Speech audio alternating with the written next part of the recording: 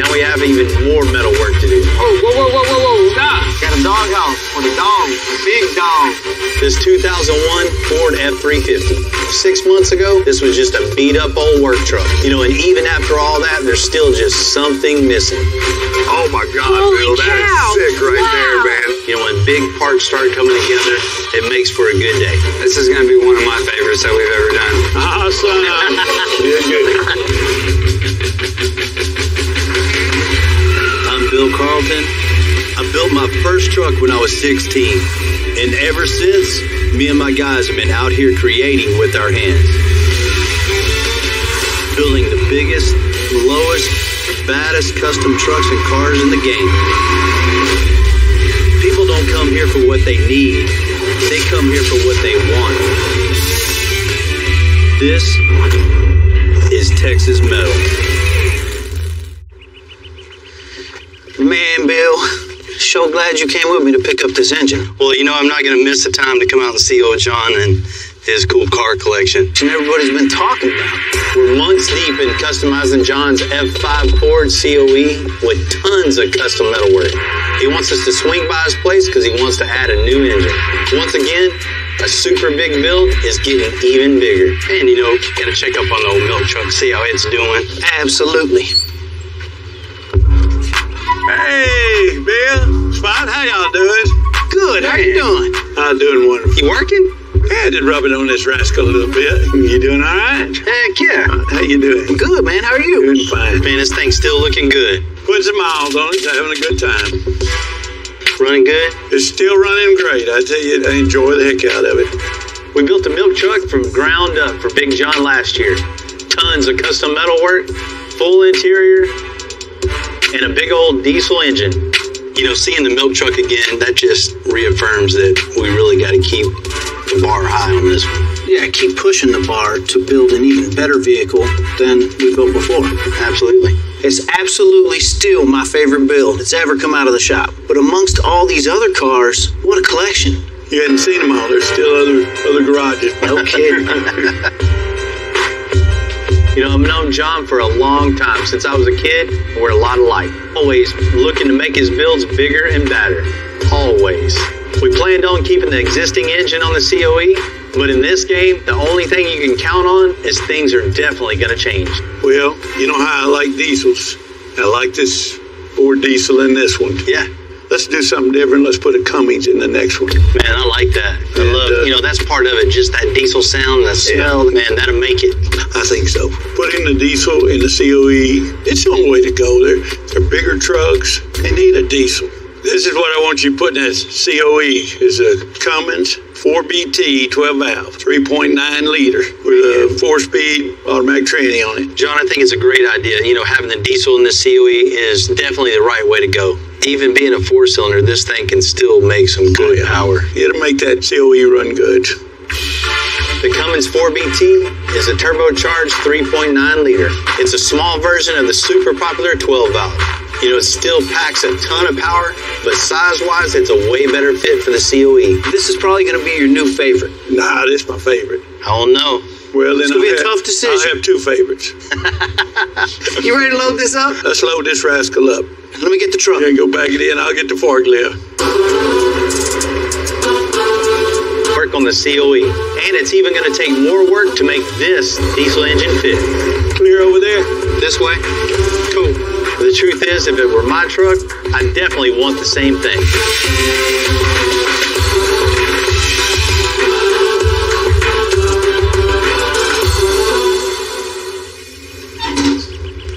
Come, Timmy.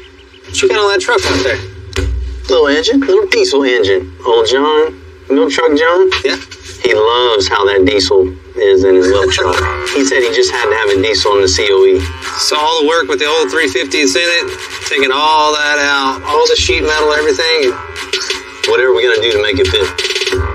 You know, we've already made a custom Western Holler style bed, running boards, and a whole headache rack. It's all at powder coat. Now we have even more metal work to do. What do you want to get started on first? You know, first things first, we're going to pull out that small block, get rid of that sucker, and let's start doing what we got to do to get that diesel in. You know, the Cummins 4VT has some components on the side that makes this thing a little wider than the 350. So you already know that creates a lot of work in making a whole new doghouse. And we're going to be adding new front bag mounts to the front suspension to haul that extra weight. Then we can add the wood into the bed and the running boards. This thing orange or what? Big John's definitely got to have it orange. And the orange, the big billet wheels, and now the diesel motor kind of completes the whole project of the truck. Definitely. The milk truck's going to have a little competition beside it when it gets back home. Let's do it. Let's go.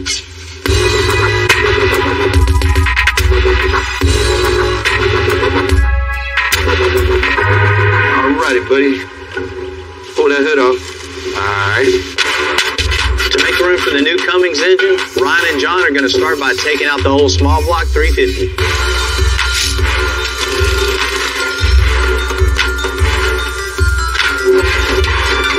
That's one way to do it. So is. It looks like there's no way to get that out. This cross mover right here is going to really hang us up on getting the bottom of this thing out. I've seen that coming. Sucks. I had a feeling this was going to happen, but it was worth a shot. You know, we were hoping we'll just remove the front end and we're about to get the engine out the front of the truck. But clearly that's not going to happen because we got a front cross member here and we don't want to cut that out. So, more work. To pull the engine out, we got to make room. So we're going to take the radiator off and then the motor mounts. You ready? Yeah. You hung up on something. This wire right here, hold on. I got it. Hold on. Temperature sensor wire. All right. Nice. That'll make life a little easier, huh? A little bit. Hey, stop. I need the chain to be as short as possible, though. I understand that. You're hitting the distributor cap. You're about to knock it off. When you're building custom cars and trucks, it seems like they never end. We're always constantly changing and evolving and coming up with bigger, badder stuff. And this is no different. Right there? Come down here. All right. Pull the motor your way here. See what we got. All right. Go ahead.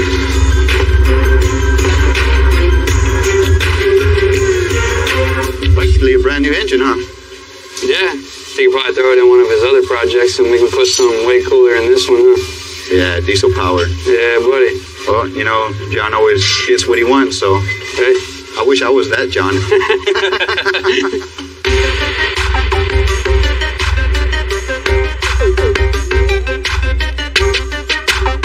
And the running boards. So I asked Lewis to help me pick the right wood to accent that orange paint. What's up, man? How you doing, man? This is the color we got. Lamborghini orange for that COE. You know, the wood's going to be pretty prominent on the bed of this thing and down in the running board. So it's really going to stand out. But I want something, you know, with a nice grain to it. What is this? So that one's alder right there. That's a really white wood, so we could add a stain to that. This one's oak. We have walnut here. This is cherry. We have mahogany, and this one's lacewood. Man, I like that. We can add a little bit of solvent to it. You know, you can kind of see the natural appearance and the figure of that grain, and our mahogany, and then our walnut. Man, I think these two, Yeah, man. you know, I love the grain in this thing.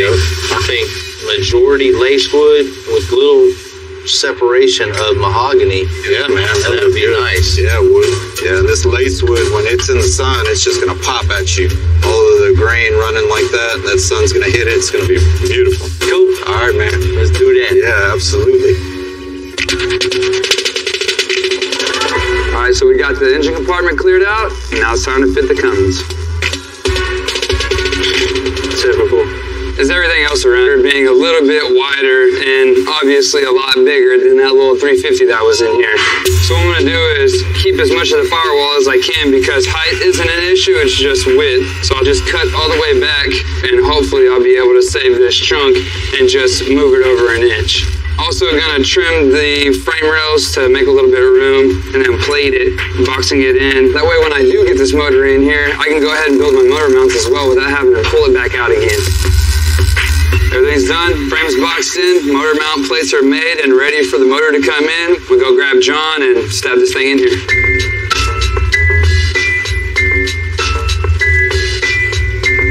Try to tilt back. Oh, whoa, stop. Ah, that sucks. See it hitting the top and it's already at the bottom.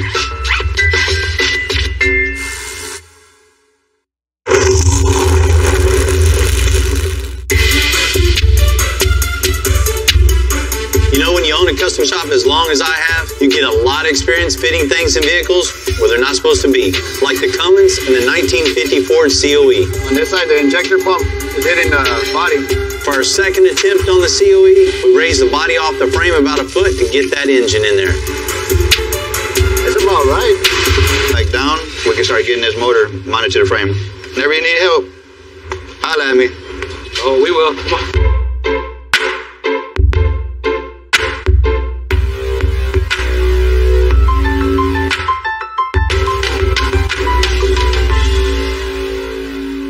Now that we got the new engine in, you could clearly see it's a lot taller than what was in there. This was the original doghouse that was in there for the 350. So what we're gonna have to do is start from scratch, build a whole new doghouse, make it taller and wider as well. So I got a rough measurement from inside the truck, 36 by 24.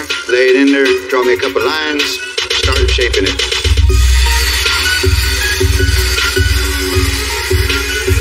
Just toss it in the truck.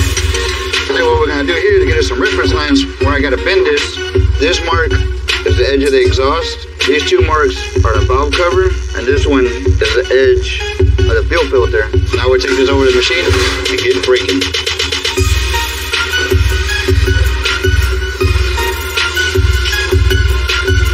Got a doghouse for the dog, big dog. Looks like this is gonna fit pretty good. Make a little adjustment cuts here and there.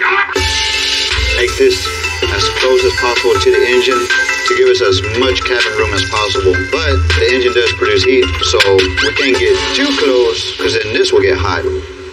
As you can see, this is a lot smaller than what we're working with, so we're just gonna go ahead and cut that off and just make it all new.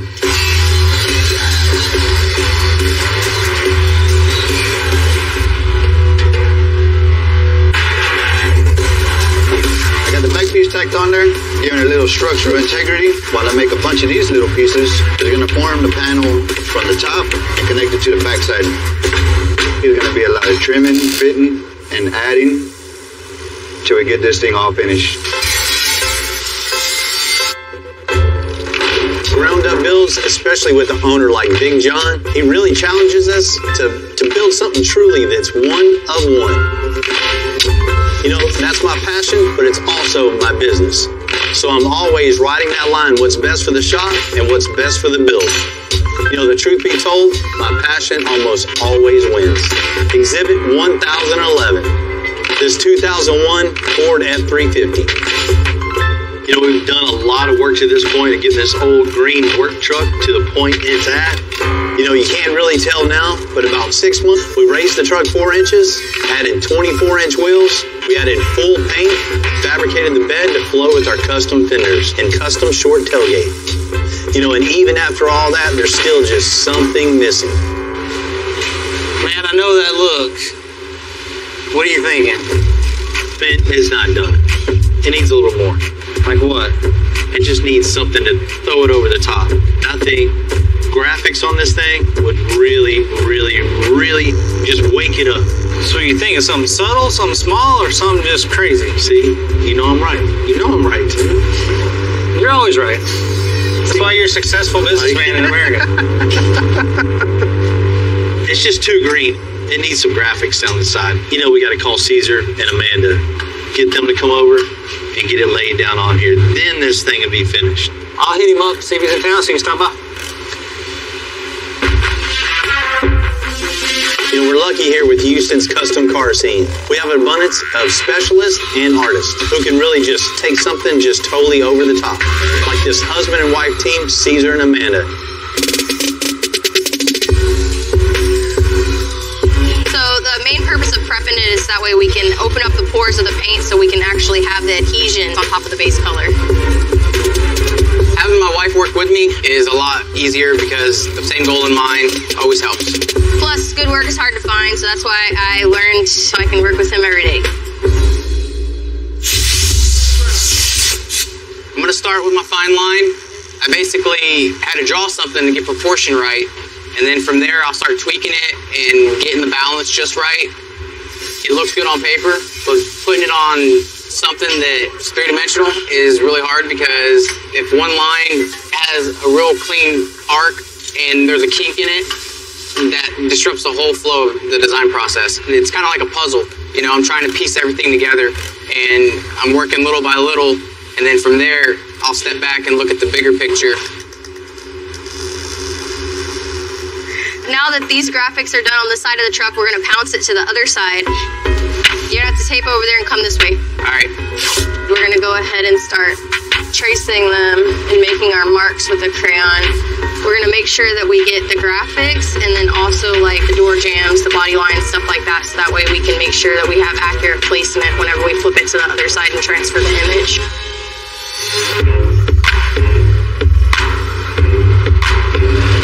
More of like an olive avocado green. So we are going to be trying to mix something that's kind of close to that. I can kind of manipulate the tones to get it where we want it. I like where the green's at, but it needs a little bit more of a bump. So we got some interstellar pearls. We're gonna add to it. Caesar, we're good. That's what I want. And the sun is gonna make the pearl pop out and give it that dancing shimmer effect. All right, so what we're gonna do is, we got it all masked up, so I'm gonna start laying my base coat down. With pearls, there is a technique to spraying. You wanna get nice, even coats, no blotchiness. So you wanna be a little higher with your pressure and a little more sporadic. That way you can get your pigments to lay on real well. I just finished doing my second coat. What I'm gonna do is wait for this to flash. I'll come back after it's cured and spray some more coats.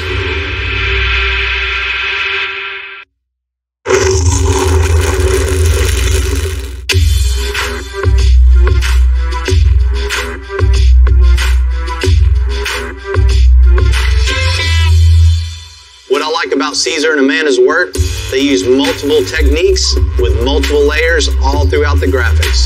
The details they're going to add to this F350 are just going to look like they're popping out all that green. I'm just trying, that way the balance is there, kind of coming from both angles. It kind of makes it look like the colors are cutting into each other. I'll start with the base. I'll come along the edges, get a nice smooth blend. And basically each step builds on top of it. I'll clean the gun, I'll load it up with the candy.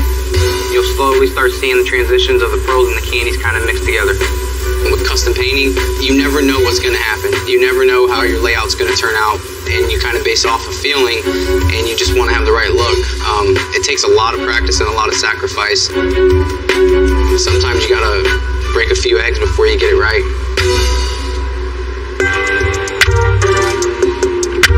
Is that left arm gonna hit that body mount over there? I'm good. We're separating the frame on the 1950 Ford F5. Turn it wheel. We're going to tidy up the suspension with new upper and lower control arms, bag mounts, and all new bags all the way around. You know, right now is one of the most critical stages when you're setting up air suspension. We got the chassis simulated with the truck all the way deflated, like all the way on the ground. So we're going to simulate the bag fully compressed with our 3-inch spacer. So that's where it needs to go. Okay, real quick, Ryan, measure. 5 and 1/16. 5 and a 16. We're ready to blow this thing apart. So, you know, these last couple hours and this little moment right here is always exhausting and exciting all at the same time. Once we get this thing done and powder coated and you start seeing it all come together, man, just this in itself is going to be a showstopper, you know, and then adding the cab and the bed and wheels and all that, man, this is going to be one of my favorites that we've ever done, for sure.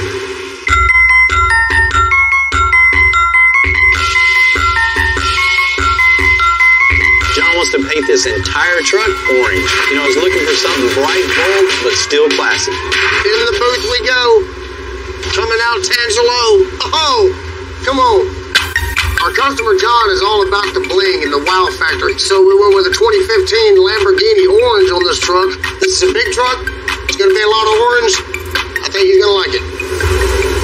Because there is so much pearl in it, it doesn't cover as well as some other paints, so you got to make sure when you're spraying, you got a nice even spray pattern. You sunlight. On this color, it's going to take 4, maybe 5 coats to get complete coverage, and that's what we're going for.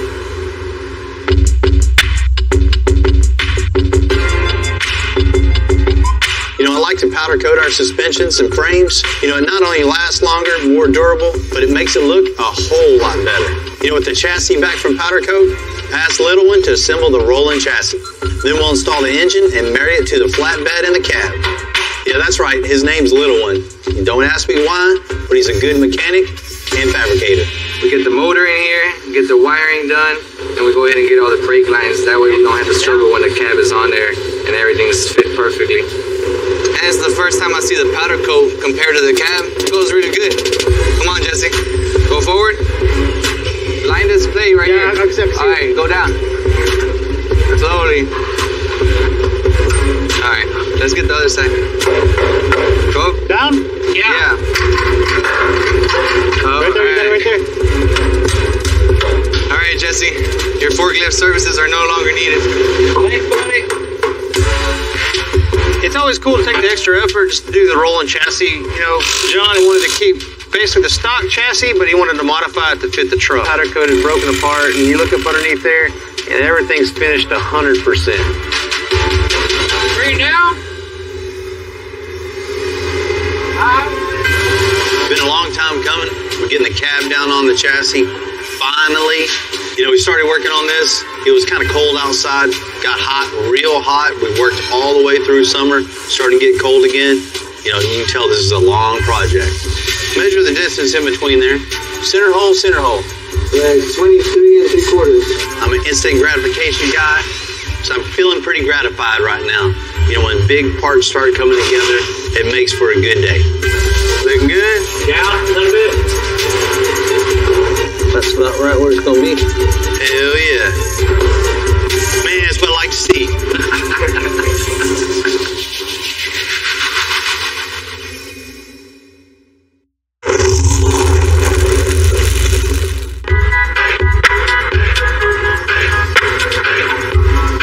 You know, it feels good to look around the shop and see all these big, and bigger builds getting worked on. But honestly, nothing feels better when you give one of these back to the owner. And after several months of work, this lifted F-350 is right on the edge. Makes these graphics seem like they're wider when you're looking at them, but not something that's going to overkill them. It's easy to mess up, and it's even harder to fix once you do. Sometimes when I'm striping, I'll hold my breath, and as I'm pulling my line, I'll exhale. Even my own heartbeat will shake my hand sometimes. It's just you and the brush, and you just focus on the moment that you're striping, because it takes a lot of control and discipline to get your brush to work. You have to control it. I'm nowhere as good as I want to be, and every time I pick up the brush, in the first 10 or 15 minutes, I'm going to know if I'm going to stripe that day. Because some days I have it, some days I don't. You know, let me find some wood to knock on, because this truck is done. When the owners Andrew and Katie dropped this truck off a few months ago, you wouldn't believe it. It was just a busted up old work truck. But after all we've done, it's going to be worth the wait, and these graphics are just a cherry on the top. What's happening? Good morning. We say, Bill. How you doing, man? Hi. Hi, good morning. Today's the day. Yeah, it is, right? You've been waiting a while. Oh, yeah. You guys came in that old tired ranch truck. You wanted something totally different, right? We wanted that one-off no one had. Right? Family, its whole life. I wasn't having a new truck. They all looked the same. What better way than just take the money we have saved and build something unique? You know, we spent a lot of time on the aesthetics on this thing. You know, just when we thought we were done with this thing, it wasn't done. It needed something just a little more to put it way over the top. Cool deal. Let's see it. I'm real nervous right now because, you know, I talked her into doing it, and now, you know, if it doesn't turn out right, she's going to kick my butt. You guys ready to check this thing out? I'm super excited. Let's get Matt to bring this thing around.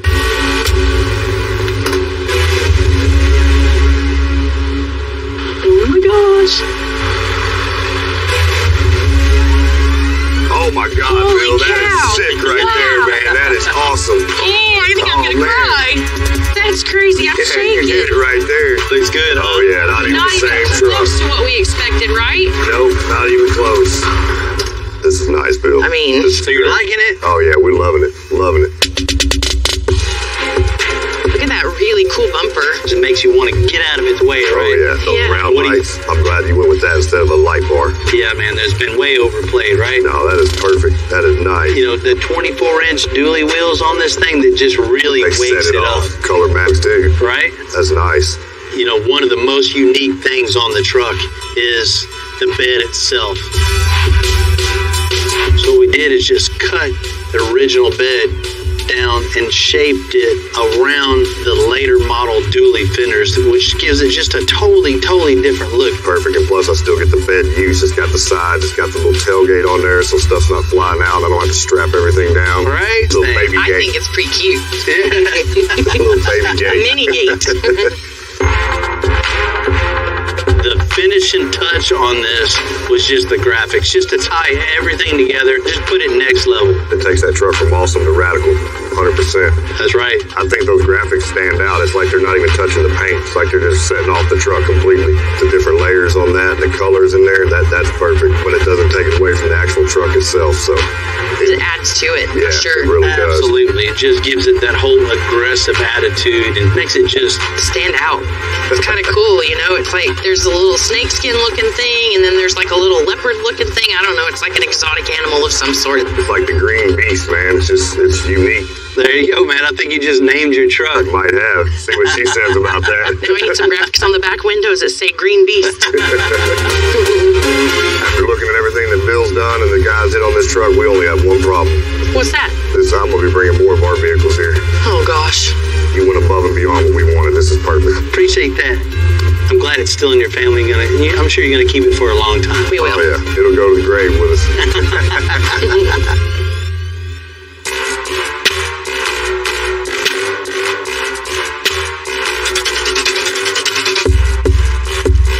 Watch the back of the cab. You know, it's always good to see one leave, but two is always better. And the 1950 Ford COE is getting real close to being finished. John's out there putting a lot of strips of wood together to fill that bed and the running boards. So I've got all the raw lumber planed down to the proper thickness. So what we can do now is I'm going to take the jig that they built the bed off of, mark it out so I know what parts of it I'm going to be using. I'm going to go ahead and cut these boards down to length so I have smaller pieces to deal with, and it'll be a lot easier to manage when it's time to glue and clamp these up. Next thing we want to do is do a layout for our biscuit joinery. This is what's called a biscuit. We create a pocket in both halves of the wood, and when you bring it together, it keeps everything lined up. It makes a stronger joint, so these things will be solid. I'm going to take this tool. This is a plate joiner, and what this is going to do is it's actually going to cut it. The biscuit fits in like that, and it will line up with the next one. They go together like so. That way now it's perfectly even across here. A little bit of sanding and these things will be dead on, ready to go. Usually we're working with fiberglass, Bondo, India, things like that. It's really kind of a treat to have a chance to work with some real wood and, you know, play with a tree.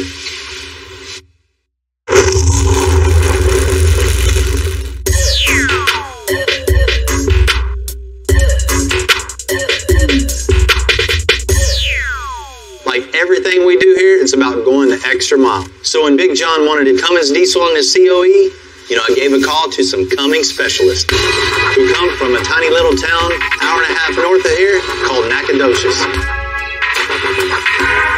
What's up? Hey, what's happening, man? What's up, Bill? How you doing, brother? Man, real good. Appreciate you guys coming down. Absolutely. No problem, man. Man, what'd you think about this, man? This is awesome. It's like beauty, man. I've after very many 52 Ford run around with a 4BT in. Right. Dude, I can't wait to hear this thing run, man, and get a hold of that pump, turn it up, make it roll some coal. Do what you do, Glenn. Let's get this thing running. Let's get her done. All right, man. Appreciate it. Yes, sir. Stock, this engine's about 120 horsepower. We're going to have John's pushing about 3 through pump work, turbo. It should give us about 600 foot-pounds of torque, which is plenty for moving this big old truck. That's a bad little engine. Yes, it is. Big bang for your buck. All right, now that we got the front cover off, I think we're ready to go ahead and clean everything up, make sure there's no debris or anything inside of it that could potentially cause a malfunction or failure, and then put our new billet front cover on. So the advantage of this front cover versus the old style one is that they actually were prone to leaking a lot. They were a really thin piece of metal, and these engines heat up and cool down so much that they actually start to warp and breaks the seal on the gasket. So the advantage of this, it's a lot thicker, a lot stronger. It helps create a better seal over time, and we won't have oil going everywhere either. These 4-cylinder Cummins, these 4BTs, they run great fuel mileage, and they can move a big vehicle for the size of them. Yeah, there's a lot of companies use them that do a lot of deliveries. Yeah, and they're running 24/7, putting 400, 500,000 miles on these things, and they just keep on running. Okay, so we're taking these single valve covers off. We're going to put one solid piece of billet aluminum one on here. They tend not to leak as much. Instead of the gasket that kind of overlaps these, we got O-rings on each one that's cut into the billet piece. Looks a lot better than what we have here. So what we're putting on here is a harmonic balancer. Typically 4BTs didn't come with them because they were in industrial use. They didn't really care about vibration in the engine or anything like that. Seeing as this is going in a truck now, this helps dampening all the vibrations coming from the crank and just really smooths out the engine idle and gives you a nice ride.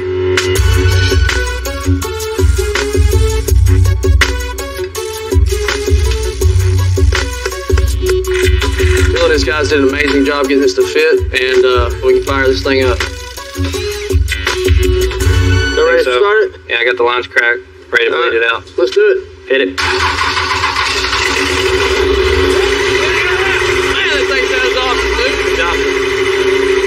This thing sounded awesome, man. This thing's going to give John plenty of room in here. It's just going to fit the bill, man. It's just going to run great. I mean, it just sounds awesome, man. Woo! Sounds great.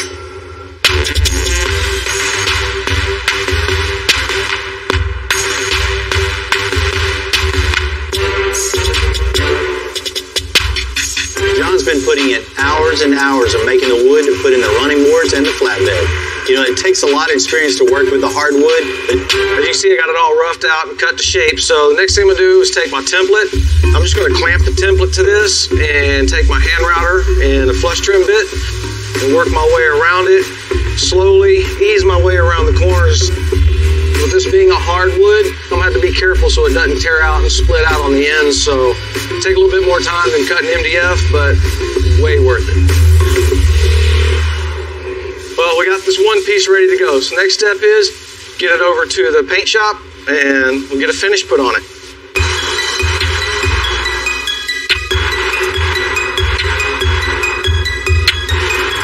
Man, it sure does look good. Awesome. Man, I can't wait to see them in the truck. It's gonna be beautiful, man. Beautiful. So we're gonna get the wood ready to stain.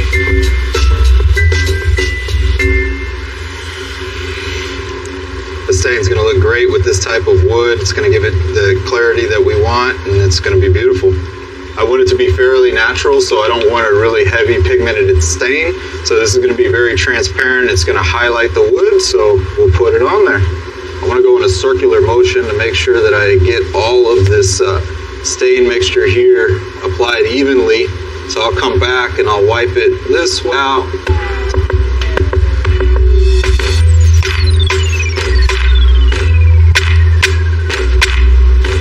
Got the clear in the gun, and we're gonna get to spraying.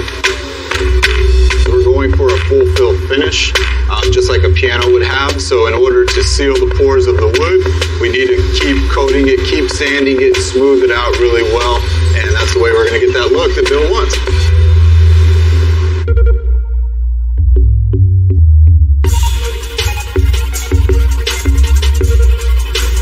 On builds like this, I like to have the design flow from the inside out. So the wood on the bed is going to flow all the way into the interior. Now I got all the measurements and everything. We've got the shifter in and the doghouse, so we know everything's going to fit like we should. So now I just got to transfer all these measurements to a piece of chipboard, and then we'll start building this console. All right, now we got all the pieces cut out. We're going to put the base of the console together. Once we get it all together, we're going to go ahead and start on the top section of it. It's going to look pretty nice.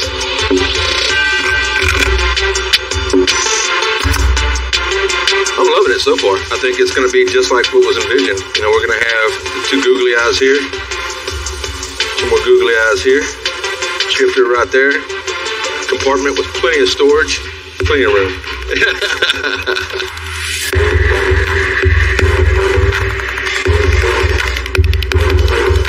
You'll see when these sides go on, it's actually going to leave us a 1/4-inch gap in the center for our aluminum. That's going to run like a belt line all the way across here. And then we're going to have our lacewood veneer on the top. So where this lid opens up, I don't want to see screws. We have our center screws. We're going to attach from inside this panel through the aluminum and pull this together. So you'll give a real clean look without seeing one screw whatsoever. People are going to wonder how it's held together. Like most things I build, the console is a puzzle. You know, I build everything from inside out. It's the little details that count. A lot of extra work, but it's worth it in the end. I like it.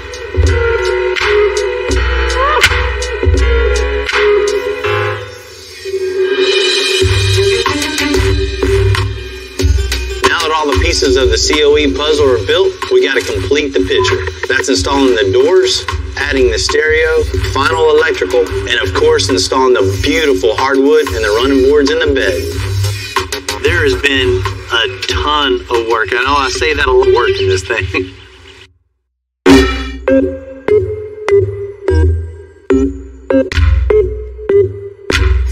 The great thing about customization is you have this one idea, your one base idea to start off of.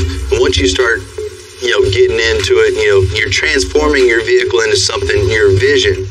There's always other ideas along the way that even make your vision greater. There's always something to put your personal touch on. Once you do add that 1 or 2 pieces, now you got to keep going down the truck. Snowballs. Yeah.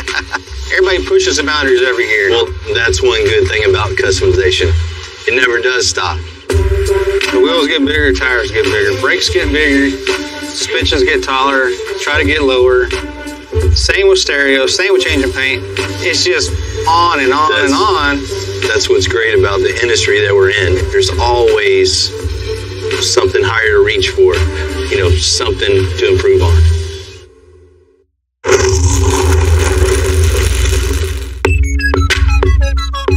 The Ford COE has just been a huge build. Everybody at the shop has been pushing one another to create Big John something he can be proud of for years to come. I've waited a long time for excited to get this COE back. How you doing? Hey, man, good. Good to Glad see you got out here. Man, I always like coming out here and hanging out with you. Well, I always loved having you. I invited my grandkids out here so they could see this because they all love the milk truck, but the bar was high on that. That's right. I know, you won't accept nothing less than that for sure. I hope you exceeded that bar on this one. Absolutely. Been a long time coming. I know you're ready. You guys ready? You're ready. Let's check this thing out. Come on, John. Awesome. You did good. Look at that rascal. What's your name? Yeah. I like it. Look at the blade. You hit the paint perfect. Compared to what it was. The sun hitting this Lamborghini orange, this thing looks amazing. Hey, Don. Hey, John. You had a hand in this one, doing this one? Yes, sir. You did the milk truck? Mm-hmm. Fantastic. You did an awesome job. Thank you, sir. Tell me everything about it. What all y'all do? Now I got to tell you what we started with on this one, right? We had a nasty truck. Nothing lined up on this. There was rust everywhere. Months and months of metal work, just making everything fit right. We dropped the frame out of this thing, redid the suspension, powder coated it just by making a Western Hauler style bed. It just really fits this style of the truck. Great. What type of wood is this? That's a lace wood with mahogany inserts, and also brought it down into the running boards just to bring some color in that, contrast, and just be something that nobody's ever seen before. I mean, the lines are beautiful. The wood cut is perfect. You come up with the extraordinary every time. I appreciate it. Of course, he threw us a curveball on this thing. We changed with the diesel motor. Yeah, we had this thing almost all buttoned up as far as engine wise, and then with this nice curveball. Oh, well, I knew y'all could handle it. Let's check this out. Let's go check it out. Whoa, that looks fantastic. Great. How the little 4BT looks right at home in this thing, right? It did that really good. Well, I'm glad you made that call because this thing needed a diesel. When y'all picked it up, it didn't look like that. No, you definitely wouldn't want to pop the hood the way it was before, right? You see the intercooler tubes go up in there. Just, man, it makes this thing really stand out. Had the one-way diesel guys come down, they turn this thing up. It's got over 300 plus horsepower, probably 1,000,000 foot-pounds of torque. Should be Screamer now, right? You ready to check out the interior? You bet we are. Wow, you did fantastic. That looks good. But you gotta have the comfort too, right? Oh yeah, we gotta be able to cruise in it and enjoy it. I mean, we started by ripping everything out of this thing and just starting fresh. Welded up all the holes in the dash and just woke this thing up. You know, brought that orange color inside. I like the wood here, but you brought it in here. Right? That is beautiful. All just had to tie it all together. And the console too. Not only that, this thing sounds good too. You got all new stereo on this thing. It's all Bluetooth. You know, new gauges, new AC, new everything. The upgrades are unbelievable. There's not anything in this thing from 1950. That's true. That's true. This exceeded what I wanted. The orange, all the bling, the wood, that rollback roof, all of it's fantastic. I'm looking really forward to taking this truck out. Bart, we said hi with the milk truck. How we do? The milk truck's great, and this is better. If we ever do another one, you really gonna have some tough times. Thank you very much, John. Thank you very much. Let's get this thing in. Let's get it inside. You know, this job was a long one for us. You know, every guy in the shop has hours and hours and weeks, in some cases months. And this is a long, labor-intensive build, which I'm very proud of how this thing turned out. Reminds me of how good my whole team is. I'm proud of each and every one of my guys. I couldn't do this alone, and I appreciate everything they do for me and all my customers. Wow, Cummins. Not every day you put an engine in a truck that the engine weighs more than a truck. We're gonna have to make it a lot of room that isn't there. And then we gotta make this extra strong to handle all that extra torque. I didn't know you even had a race truck. Just another bad addiction. This ain't one of them $200,000 builds, you know. We built that from the junkyard. Might need to take that thing for a little ride. Oh, wow, look at that. I'm Bill Carlton. I built my first truck when I was 16. And ever since, me and my guys have been out here creating with our hands. Building the biggest, lowest, baddest custom trucks and cars in the game. People don't come here for what they need. They come here for what they want. This is Texas Metal.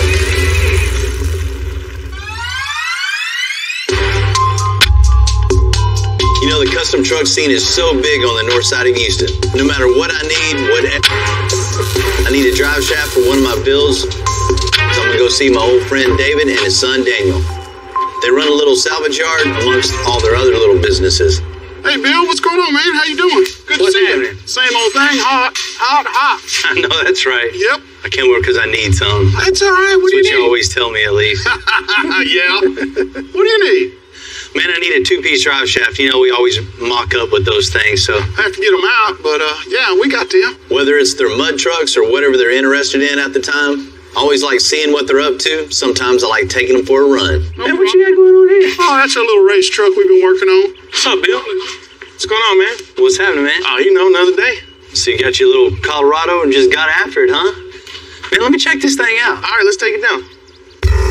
The customization comes in all sort of shapes, sizes. This is just a prime example of that, of just taking an old truck, cramming a big engine in it, big turbo, and just seeing how fast it'd go. What do you think of this, Bill? A little LS, huh? Uh-huh. Everybody got to have an LS nowadays. Yep. So, you know, we're just trying to get in where we're fitted, man. Yeah, you had to make a little room here for the turbo, I see. Oh, yeah. Just a little. You know, we still haven't put a hood on it. You don't need all that. Man, I know y'all been building the big mud trucks, but I didn't know you even had a race truck. Into the airbags, and I got us into the mudding, and now just another bad addiction. Something to spend money on? Oh, yeah. Definitely. How quick is this thing? It does all right. And we built this truck to roll. I mean, of course, it's got an 88mm turbo. Oh, yeah. 2-speed power glide. Mm-hmm. Got them fresh Hoosiers on the back, too. Fresh new tires. That has no choice but to go. Hey, it rolls out good. That nitrous works, too. Oh, yeah, absolutely. Thing's cool, man. So you got the cage in here. Got the harness insurance in here? Oh, yeah, you gotta have that. Trust me, you're gonna want to use those. Come over to get a drive shaft, stumble across the Colorado with the crazy LS in it, turbo. It's a good day. All right, guys, we gotta go out back and get that drive shaft built. All right, appreciate it. Anytime, sir. These guys are the ultimate backyard builders. They take whatever they got and turn it into something cool. Right now for them, it's all about speed, and the faster the better. You know, I'm all about pushing the limits on my builds, so I can definitely understand putting a big engine in a small space. But it's the fun part of doing what we do. You know, I had a customer, Monty, give me a call, said come check out a project that he had for me. And rolling up here today, man, his place is really impressive.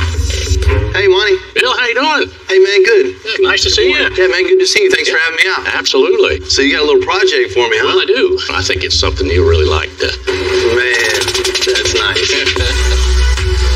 I'm super impressed. There's a lot of cool stuff in here. He's got a couple of 1930 Chevys, a 63 AMC Rambler American, and this 1954 Henry J is one of only 325 ever built. You got a nice collection. Thank you very much. I've got some stuff I've had in here for 30 years and stuff that I just acquired. So nice. A little mix of everything. Yeah. Which one of these you got for me? Well, it's this 37 International here. It needs some of your help. Man, that's a good-looking truck. It's pretty rare to find a 1937 International D2 Harvester in this good a shape. 80 years ago, these were giving Ford and Chevy a run for their money. I just love these body styles on this. It was different. It's not, you know, the Ford and the Chevy that everybody has. Yeah, they're not that common. It's just amazing to find them in this kind of shape. Yeah, it looks like it's in great shape. Yeah. So, Monty, what do you want to do with this thing? I love the look. I want to drive it, but it's just not that much fun to drive. What's under the hood of this? Well, I think you're going to know what's in there. Inline. An old Chevy motor. Somebody put in probably 20 years ago when the old International engine quit. Years ago, it was a little upgrade, but definitely not anymore. Man, I think Monty, what this thing needs, you know, International truck, put a Cummins diesel in it. A diesel? You can get plenty of no problem. But it would have to make noise, though. When you start it up, I want to wake up the neighbors. Oh, it's definitely going to make some noise. Okay, good. And with the diesel power plant, we need to stop this thing. And with stopping comes with new suspension. What's this got underneath here? Oh, straight axle on this? Yeah, bounce, yeah. You know. We just need to modernize this, you know, lower it down to the ground, modern brakes, new wheels and tires, really make this thing handle and ride like a modern car. Once we're done with the foundation of this old truck, this thing is going to ride and perform like it's supposed to. What about the interior in this thing? You know, that seat that's in there is about as comfortable as a buckboard wagon. You bounce around, and you hang onto the steering wheel to keep from flying out of the door. I would leave it to you guys to figure out a way to make that comfortable. Definitely. You know, I think about this build, it's all about making a custom interior for this that doesn't detract away from the 37 styling. Make it comfortable for you and your wife and still have a nice feel to it. That I like. What are we doing back here? Well, what I'd really like to do is customize this a little bit. My family had a grocery store and a gas station in Alliance, Nebraska, and they had old pickups like that, so I thought maybe I could put Kashner Grocery on here, and it's a little tribute to my dad. Yeah, we can definitely come up with something with that. Yeah, I'm sure. I really like when I can tie something personal into a build, and this wood in the bed is a perfect opportunity. I'm ready to get going on this thing, man. It's going to be exciting. It'll be fun. I think so. It'll be different. We'll give you the full Monty. Oh, I love it. I love it. This truck is 80 plus years old. We got to get rid of everything and start over.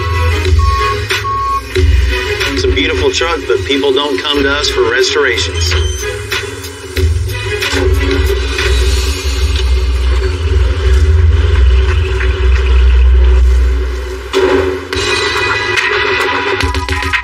I don't care who you are. Old trucks are cool. Anytime we get to work on a piece of history like this, it's something special.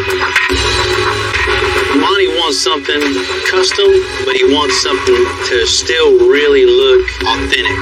Something that still has the 30s feel, but he can get in, start it up, and drive it wherever he wants.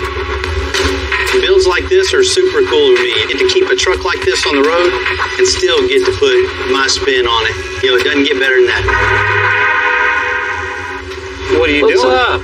Remember in old times when you used to do that for a living at the service station? Yeah.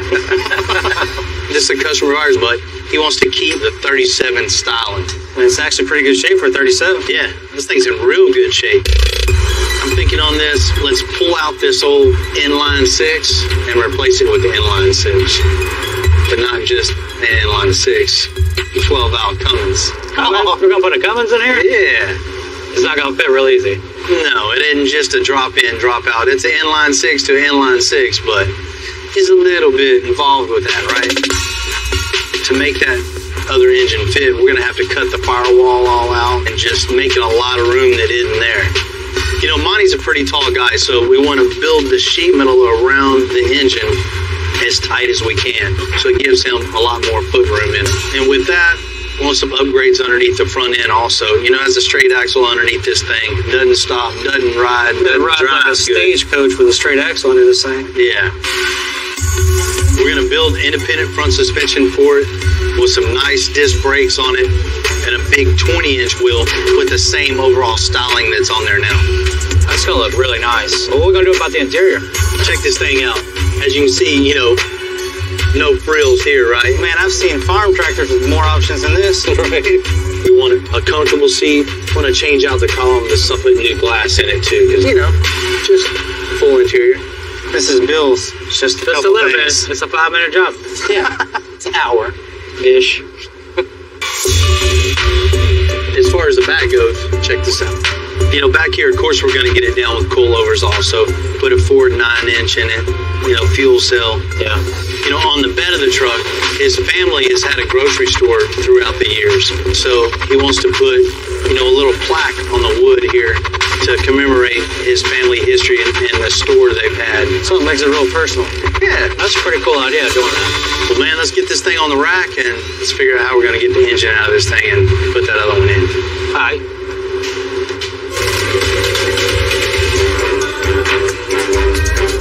As good as this truck looks after 80 years, you just don't know what Tim and Jamie are going to find after tearing down.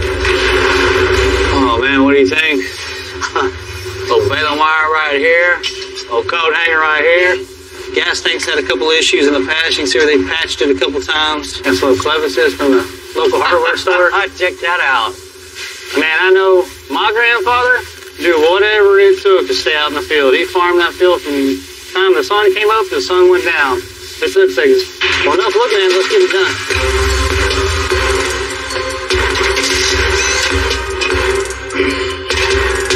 Man, look at this right here. That big old arch in it.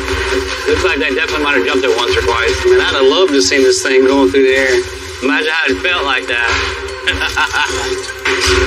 I really like working on trucks like this because you get to see how they did it back in the day. These were made by hand, you know, an assembly line instead of now like the cars made by robots and machinery. It's a different kind of feel when you're working on a vehicle like this. It's a piece of history.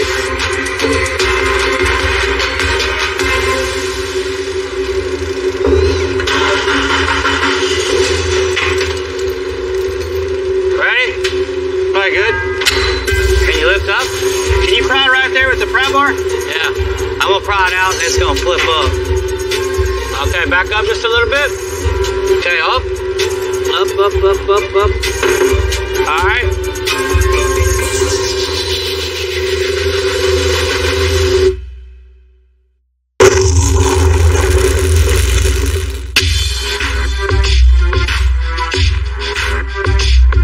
I want to go with the Cummins 12 valve in the International. I like the contrast of putting one of the toughest. They stopped making the 12 valve back in 1998. So I had to have the Wells family find one. What's up, fellas? What's up, brother? We got your diesel. There it is. This it, huh? Yes, 12 valve. Where'd you get this thing at? Out of 97 Dodge, ready to go, bro. We got the same engine in our drag truck. This 1,100-pound, 5.9-liter engine has over 400 foot-pounds of torque. But what makes this stand out is its durability. Man, this thing looks like hell, but it runs good, right? It's gonna run good. She's solid, bro. It has a fully mechanical fuel injection system, so it basically self-lubricates. This thing will pretty much outlive us all. This is exactly what we needed. Glad we could help. The 12-valve Cummins, the best diesel engine ever made. So you can't beat these things. Once this thing's all done, we'll have awesome fuel mileage and this much power in that little over truck. It's gonna get it, that's for sure. It's huge, man. Tim? Not every day you put an engine in a truck that the engine weighs more than a truck. It's pretty unique. This is gonna be fun. We got a ton of support underneath here. We're going to start by leveling the body and frame all back up. We don't want to go in and just cut the whole firewall out. We're just getting it in, seeing what the next cuts need to be. Kind of put it half-ass center, Jamie. That's pretty close right there, Bill. So it's just a little at a time. Cut a little bit, inch it in a little bit. See what else you have to cut. Cut a little more, inch it in. Get a little at a time so you don't have this huge opening in the firewall to have to recreate later.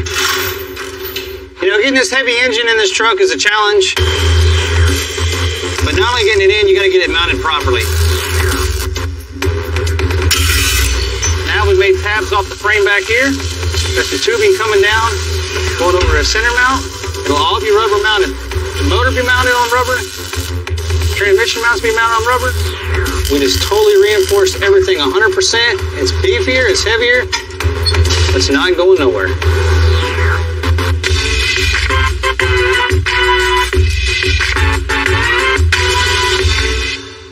Ready? Pretty much anytime you go with a bigger engine, it's going to come with a bigger transmission. So I'm making a bigger trans tunnel and a new subfloor. So we came in with some 3/4 inch square tubing, built a new structure. That's going to be the skeleton that holds the new floor. So we'll cut some sheet metal. Sheet metal will connect the firewall, and we'll be done with the floor. There's several ways to do this, but me personally, I like to bend as many bends as I can. It's less places you have to weld to do and less heat on the panel. I'm going to drill some holes so when I push it down from the top, I can weld it from the top. And you look up from the bottom, you don't see any welds, you don't see anything, it's all slicked out and looks good. Back when this International rolled off the factory, it would have been hard to imagine the torque we're putting into it. So we got to build a whole new super heavy-duty suspension, starting with these control arms. From the center of the bolt hole to the center of the ball joint cup, we've laid out for exactly 10 inches. So now what we're going to do, we're going to build some pipe to come over to connect the ball joint to the bushing. That's going to be the structure of our control arm. Now we have the skeleton all done up. Jamie's making a plate that's going to go in here. All this will be welded together, and the plate will be welded on this to make everything extra strong. We need the transmission jack over here. Fill up a little bit. So once we got the bottom control arm on, we'll put the spindle on, the rotor on, make sure everything functions, everything's good. Then we'll make the coilover mounts. These two tabs right here are going to weld to the plate. Watch your finger. The plate is going to hold the arm. That's what's going to hold the truck up in the air and give it adjustment. Cycle it up and down, see how good it stays up and down, and we'll go from there. Front suspension's all mocked up, so Tim and Jamie are moving to the rear and start notching the frame. The stock frame rails have a natural curve over the rear axle, so we're just going to open up the notch a few inches. It'll maintain the structural integrity while overall changing the stance and look of the truck. What I need to do now is contour this flat bar to the shape of this radius right here. So sometimes it's about just getting your piece pretty close and then just forming it in as you go. So I'll start cranking it with the C-clamp, just getting it in the shape. And I'll keep tacking welding it until it's perfect. So you can see the inside now, it's capped. It's got a nice shape to it. It's contoured to the template. I need to go ahead and weld that in, grind it down, and be good to go. I actually like the way this looks. It looks better than the original. It's got a little bit of style to it, nice shape. It's going to look good on the frame.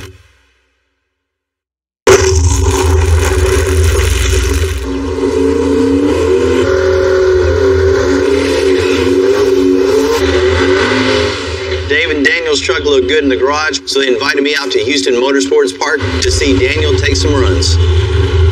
Man, that thing looks mean with that big old turbo thing in the grill.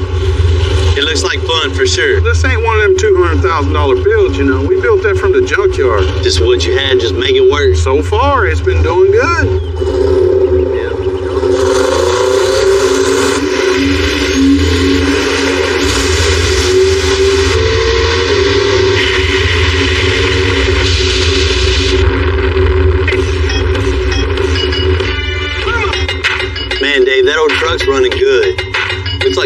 driving good, going straight, and make a little power too. Hey, it ain't bad for a backyard build. I think it goes.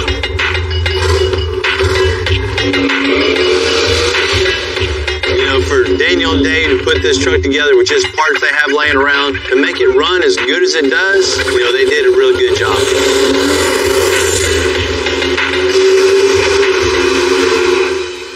Oh, Daniel can drive pretty good too. Oh yeah. I showed him how to do that. He's got it. Me and Dave go way back. He came over and watched me ride my bike around the neighborhood, this thing. You know, Northside, we're all a big family. We all know each other. We all look out for each other, especially if you got something cool going on. We may not come from the nicest part of town, but we do know how to make do from what we have times 100. It's just really cool to see. You know, I try to keep that mentality in everything we do. Always pushing ourselves to go from here to here. One more little nudge. There we go. That's it on the money. We got an extra large diesel for this 37 International. So we got to build an extra strong custom 4-link for the suspension. The crossmember here is pretty much the most important part of the rear suspension. Everything trails off of this. So all of our suspension 4-link components mount to the crossmember. The diesel engine that we're putting in here, it's got a lot of torque. So this is super important for it to be strong, square, and level. We'll go ahead and put the Heims in between it and bolt it, snug them. You know, in this particular application, the parallel 4-link is the way to go because it has 4 points of contact linking the axle to the crossmember. The more points of contact you have, distributes that torque all around. So it's good right there. Now the next step is our diagonal link. That's the final link of the whole link system. With the diagonal link from a fixed point to the point on the rear end at an angle, it keeps the rear end from moving side to side. Very key part of the suspension. Watch your face, Jim. Now we have all this set up. We're going to run 2 tabs off here, 2 tabs off here. That's what's going to hang the coilover. We're going with coilovers instead of airbags on this because he wants a static drop with great performance. It's a coilover, a shock. The suspension's going to ride on the coil spring of this. It's going to travel up and down with the coilover. And the internal of it acts as a shock. These are our mock-up coilovers we use for everything. When it gets back from powder coat, we'll put the other coilovers on with the new springs, and you'll see the final setup.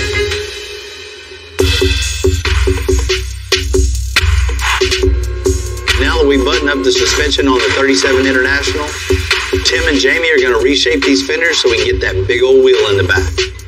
And it'll make it meaner and look a little more modern.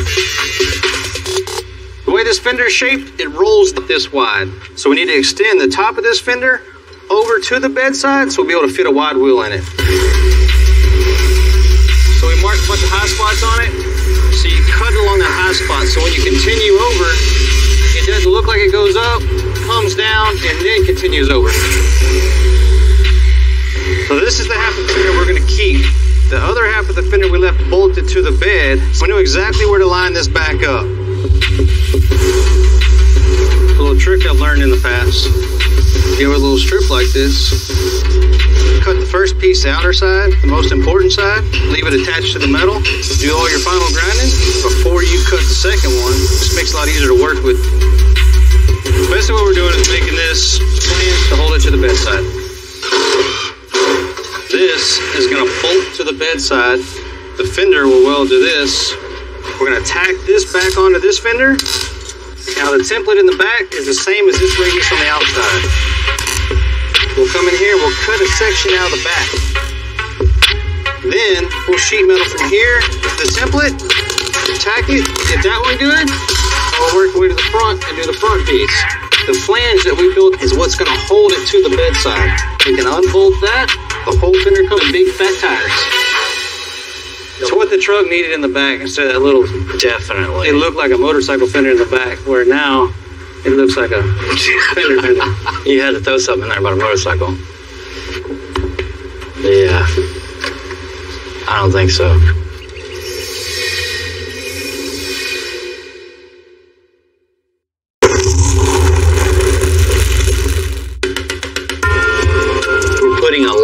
custom upgrades into the International.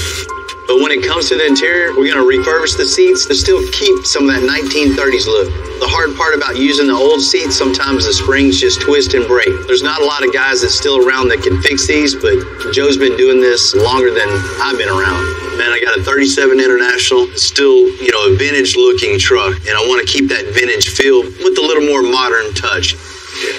Yeah, we'll get rid of all this horsehair, and I'll put some nice comfort foam on there, tie the springs up, fix the framework. Man, you know what I need. Nothing to it, buddy. I've been helping you for years. You think I'm gonna stop now? Better not. No problem, buddy. Let's get it loaded up. All right.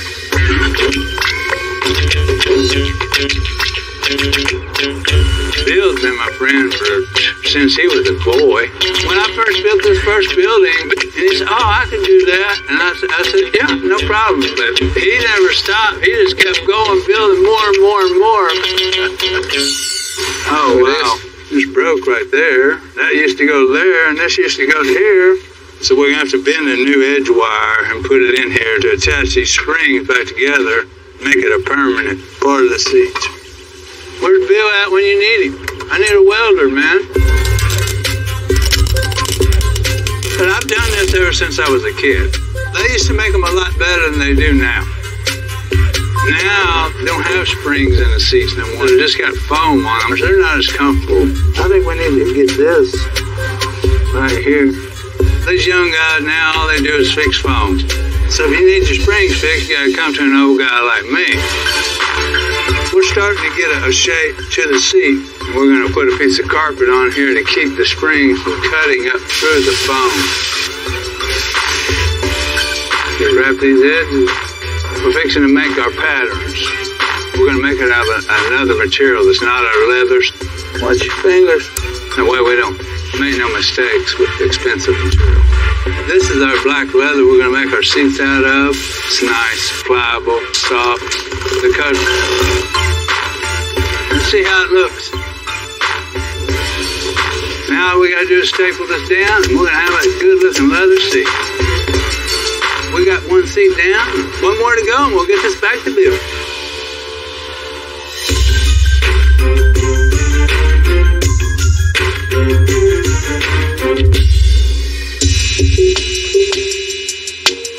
Monty loves the vintage feel of this truck, but he wants modern touches on it. So I called my boy Lewis in. He's going to build some wood panels for the side of this bed. Still give it that vintage feel, but with custom touch. What's up, man? Man, need your help again. All right. What do we got? Monty would like to pay a little homage to his family's history. His dad has had, grocery stores in the past. I need a wood panel for each side of the bed and put their name in the bedside here somewhere. Yeah, that'll look good. The wheels are going to be a charcoal. The inside's all dark. So I'd like, a dark stain on this thing too, so it ties everything together. Okay. Well, if you're going charcoal on the wheels, we could do something really cool and go with a Shosugiban finish. What? A Shosugiban finish. It's a traditional Japanese finish used to preserve wood, and what we'll actually do is char the wood to give it that charcoal appearance. Nobody else would have it, that's for sure. And that sounds cool, man. Let's do that. Okay, sounds good. Ready to get it? Take this over here and get started. We're going to take this piece, take our router and route it to the exact shape and give it a little profile on the edge. We're going to put some nice styling on the sides of it so it's not square, and it gives it a really nice detailed edge. All we have to do now is put the Shosugiban finish on it. So we're going to fire up the torch and get started. So it's really important whenever you're doing a Shosugiban finish that you keep the flame moving. We don't want to keep it concentrated in one spot too long because it could potentially catch on fire, and we definitely don't want that. So as you can see, as we're doing this, it starts to really highlight the grain of the wood. And what that's doing is it's burning out the softwood of the oak and just exposing that hardwood, starting to look really, really nice. Get that look that Bill was going for when he said he wanted the charcoal gray. What better look to give them than an actual piece of burnt wood. Now I'm going to wet it down just so it doesn't get too hot. Now you can see how all that water is being. We're looking for not just the look, but this bed will be protected for many years to come. Okay, so now that we've got the Shosugiban finish done, we're going to get the letters engraved onto this, and then it'll be ready to put on the truck. You know, for me, one of the best parts of building custom builds is that it's art. But this ain't no sculpture, we get to drive them. And the more I think about David and Daniel's drag truck, the more I want to give it a run. You know, I at least gotta ask. Don't look like they're around here, so they're probably out back messing around. What all my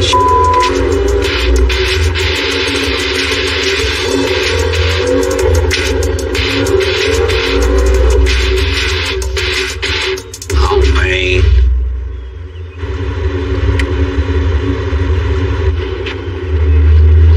They're gonna have to come get us. Man, here we are. Little shortcut turned into getting stuck. And that's one thing I hate, being stuck in the mud. And once again, we gotta come and save Bill's ass. Once again. You know, when I come back there seeing Bill stuck in that mud and he had on them pretty white shoes, I just could not believe it. I think we're getting some boots for Christmas. Yeah. I know much, man. Need a little help here? Man, please, dude. We take care of you. You already know that.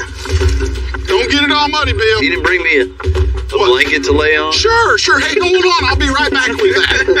Yeah. You know, I wanted to talk to you about that race truck. Do I need to go get it to pull you out? Nah, I don't recommend that. Man, I might need to take that thing for a little ride. I don't know. Look what you're doing back here. You never been stuck before, huh? No. You know, we're going to take it out next weekend, man, but I think we got other problems now. How about next weekend? You won't let me drive? She's ready. Anytime, man. All right, cool, man. Let's get you out of this right now, Bill.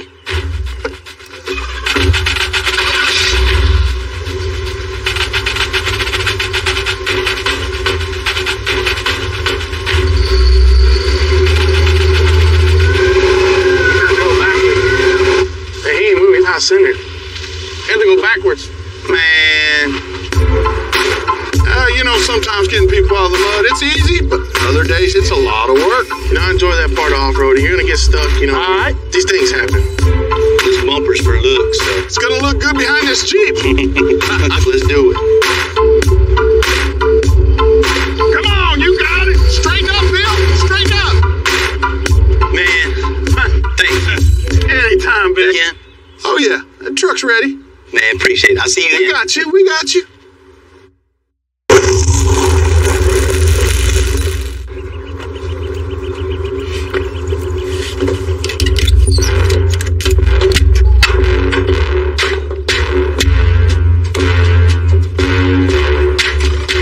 You know, I appreciate David and Daniel inviting me out today.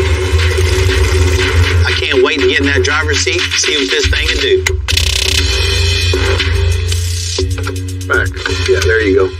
So Daniel, tell me about it real quick, man. Give me a little tutorial. All right. Make sure your steering wheel's latched on. You got your water pump here. You're going to go all the way back to first gear. Bam. First. Yes, sir. Second. That's it. When you let go of that button, you're going for a ride. You're leaving. Cool, man. I got this. Let me suit up and let's see what this thing will really do. Let's do it. Yeah. You got to have this on? Case catch on fire. I know you like to go in circles, but we'll see how your driving skills are straight. Keep it straight. Hey, you got this, brother. You got it. You got it. Handle it.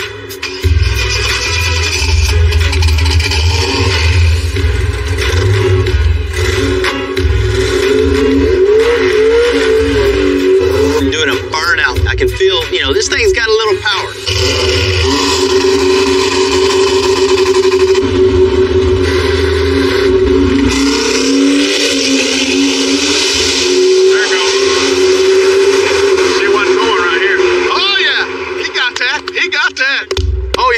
And not bad for first pass. Yep. Man, releasing that button, feeling just the torque of this engine, the power, pulling you back in the seat and just holding this thing straight the whole time. Man, it's just exhilarating. Well, what do you think, man? What do you think? What up? What do you think? Oh, truck runs good, boy. And the 6 is on the first pass? That's rolling. You know, it's a great way to start off your day. You don't need coffee or energy drink. Adrenaline rush is the best way to get it going. Man, that was fun, man. I tell you what, I've been needing that. You know, working so hard at the shop, man, you just getting the grind and get to come out here on a day like this and really release the frustrations, man. It just clears your mind, and I needed it, man. I really appreciate that. Does that baby roll or what? It does, man. It runs really good. We're gonna build one. You better watch it. That ain't nothing. That ain't nothing.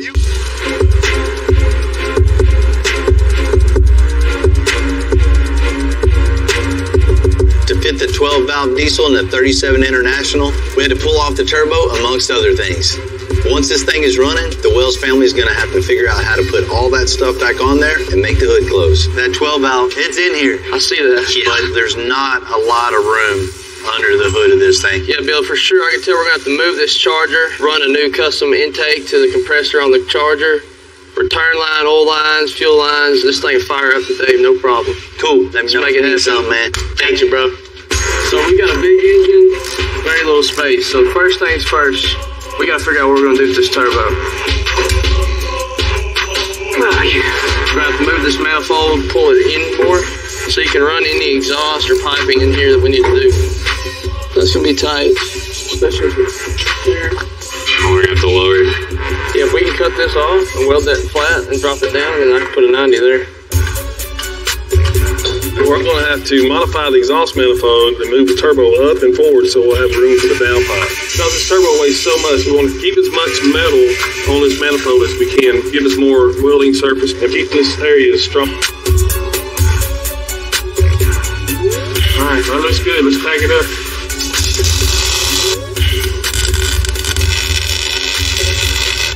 I think we're ready to go, guys. All right, Clay, work the starter. TJ, when you start getting fuel up there, Dad, just stand there, look pretty. What we like about these 12 valves of 5.9 is that they're very, very tough and rugged. They're simple to work on, and they make some of the greatest noises on the planet. All right, ready?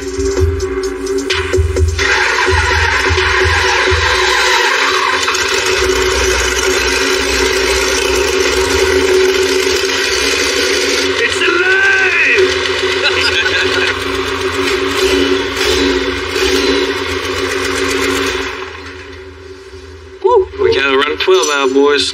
Turbo's finished, fuel lines are ran. All that's left now is just to make it look pretty. Well, it all started with this one right here. The first truck I ever got was a 2001 Dodge. My mom drove it forever pulling her horses, and it quit running one day. He said, look, for your first truck, you fix it, it's yours. And I researched it, fixed it, it's went from there.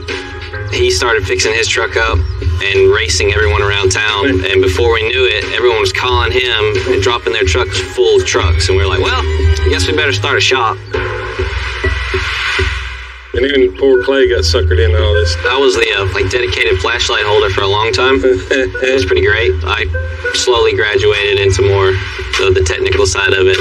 Between the three of us, I mean, we can do anything. You know, as a dad, I'm living the dream to be able to work with my sons every day. It's awesome. These two guys have taken this way further than I ever dreamed. I'm proud of them. I'm blessed, and I'm glad that we all get to do this together.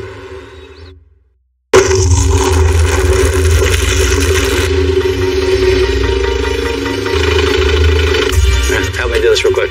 We got the chassis back from powder coat on the 1937 International Harvester, and it's all hands on deck putting together the rolling chassis with custom 20-inch wheels and tires. Bring it down just a little bit, Tom. Stop. Looks at home right there, right? Looks nice. Looks good. You know, if you look from the outside, all the changes are pretty subtle. But this thing is completely transformed.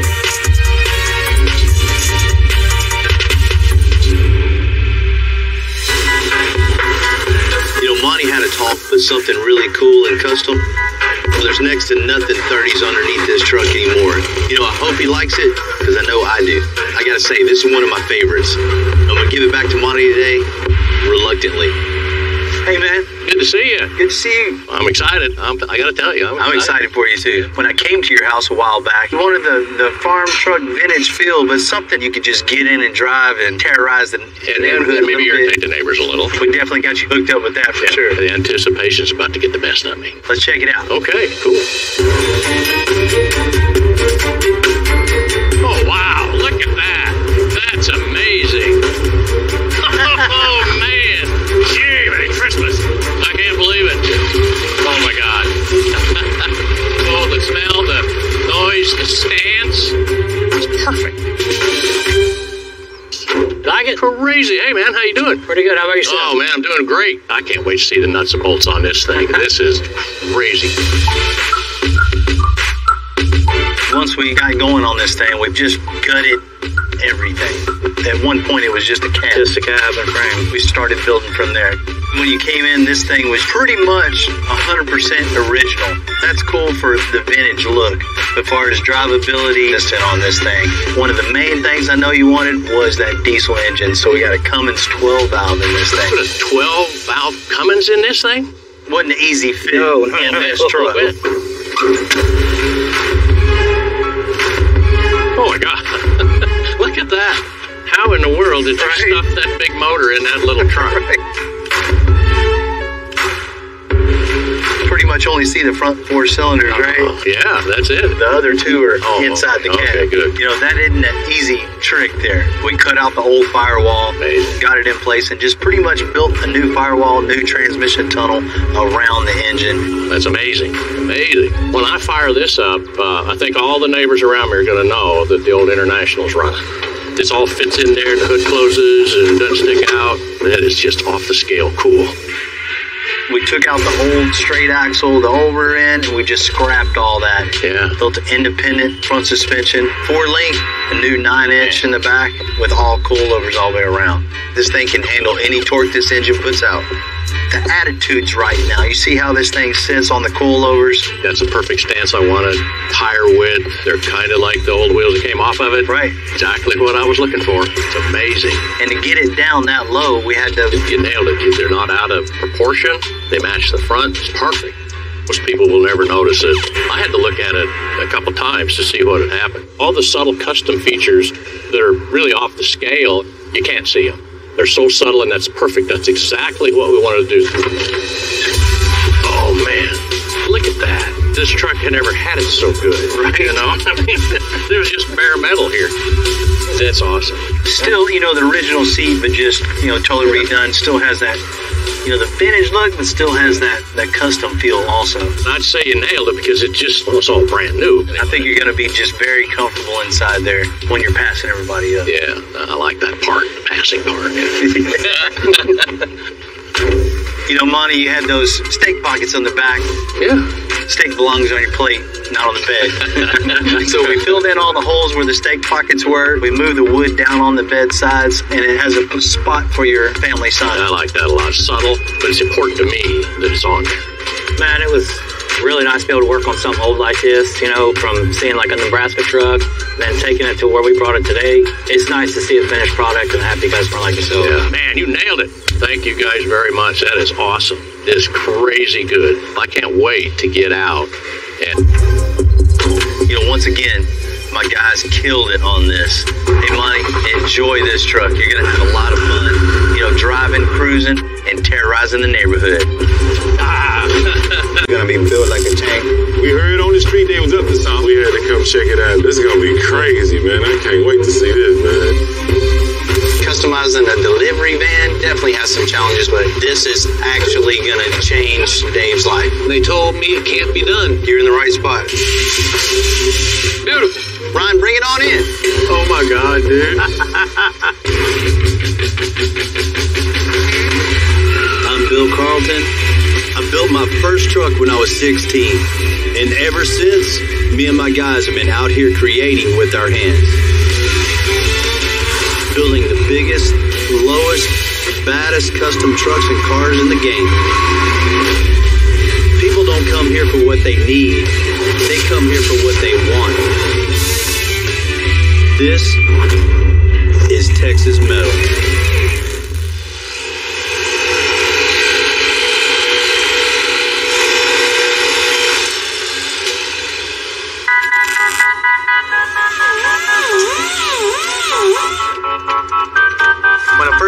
I thought it would have been better off if I just would have turned that thing away, but that's not what Extensive is about. We like the challenge. We like, when somebody comes in and says you can't do that, that's more reason to do it.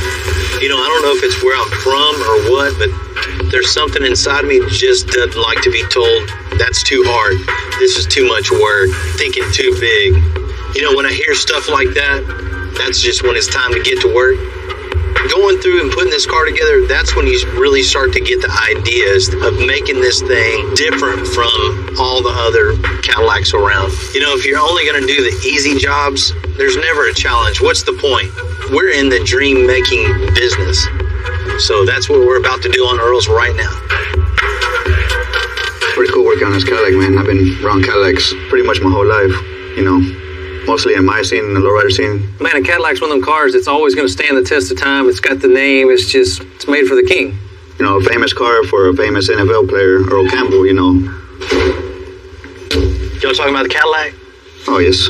Man, you remember when this thing came in? I was getting a little nervous when it started rolling in and rolling in and rolling in and rolling in, right? Parts on a wrecker, trailer, in the car for Earl Campbell. You can't not get him hooked up, right? Mm-hmm. Now I just need to finish it. We've already got the new frame underneath this thing. The body's all mounted to the frame with the custom air suspension. The rust is all repaired. This thing's really starting to look like something now. I'm getting excited. Time to put that new engine in, a brand new LSX for this thing. So he's got plenty of power. Can't believe we're putting LSX in it. Mm-hmm. That's going to be awesome. In the engine compartment too, I want to redo the firewall. Give him a nice bead rolled firewall, something that looks totally different, right? And not only new firewall, I want new sheet metal, nice fender wells that roll down and kind of mold to the firewall. And when Earl sees this thing, I really want him to go, man, this is cool. John, I know you worked on a lot of Cadillacs, buddy. You got room for one more, huh? One more. All right. I'm going to go get this engine. Let's get going. All right.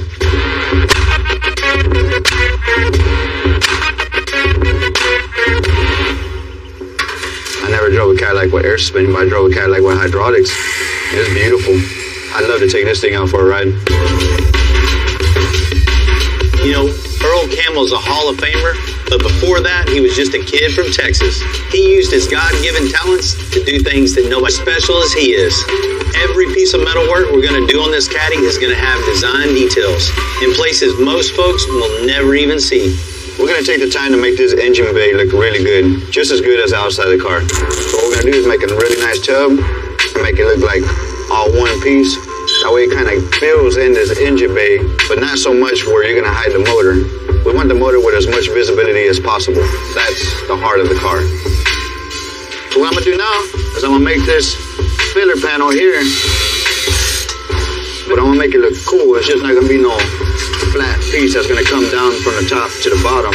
I'm going to make it roll out and then roll back down. Give it a little style, Make it look cool, just like the car is. Now we got this nice pretty piece tacked in place. I can continue rolling this on another panel to come all the way down. Now the easiest way to hold this in place without tacking it is to use this little thing called a Kiko. This is similar to a removable rivet, I guess you would call it. I don't want to tack it in place yet because I might have to remove it when I mess with the firewall. So all those little Kikos hold that in place, and these flat bars make it flush with the other pieces of the firewall. We can get these out of the way since they're just Klikoed in.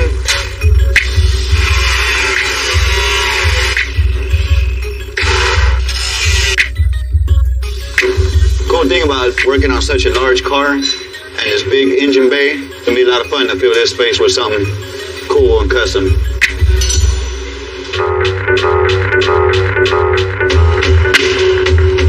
I'm not sure if you've seen old footage of Earl Campbell running with a football, but man, he was fast, powerful, and just mean. He didn't run from a hit, he just dished them out. So we want an engine that runs just as powerful as old Earl did back in the day. Well, almost as much. What's up, Brian? Hey, Bill, how you doing? Man, good. All right. You here to pick up that new engine?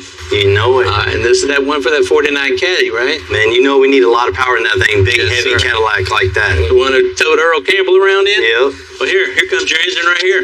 Man, let's check this thing out.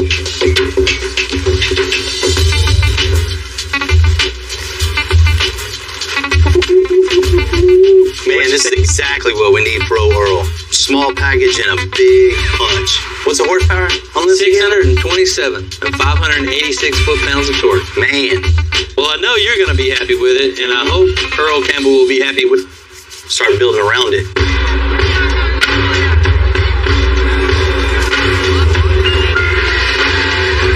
This LSX is just a power plant to have, much like the old 454s that were in all the hot rods back in the day.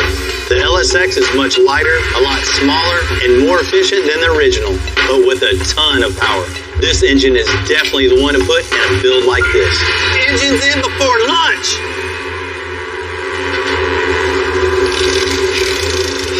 Looks pretty dang good. Just one spoiled Cadillac, huh? Right? You know, most of the time the engine compartments are so crammed you don't really get to see everything in it. Man, this thing is could have V12 in this thing. You know, on the firewall too, man. We have so much room, we don't even have to notch it for the transmission tunnel. And I love this design you have here.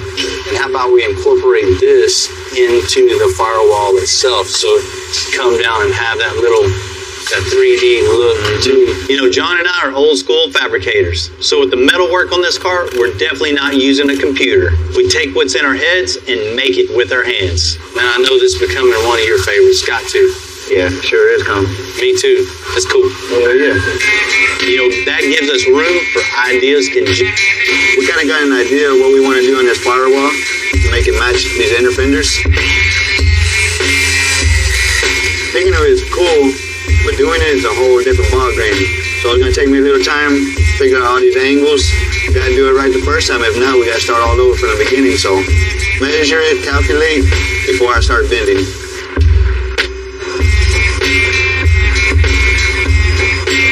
Bends. This is the radius that we got on the inner fender. This is the piece that's going to go across the bottom of the firewall. And I just want to try to get them to match. We want to keep that same radius throughout the whole engine bay. It's kind of hard because there's like a million things going on in here at once. Playing a little game of small cuts. Cutting a little bit at a time till it fits in place right. Because if you cut too much, then you got a big hole you got to fill. And it'll fit right in there just the way we want. Now that the lower road part of the firewall's in, it's time to make the top part of the firewall. I'm going to trace the shape of the cowl onto the panel, cut it out, slap it back on there, and then we're going to design what we're going to feed roll on here. We'll be able to get rolling.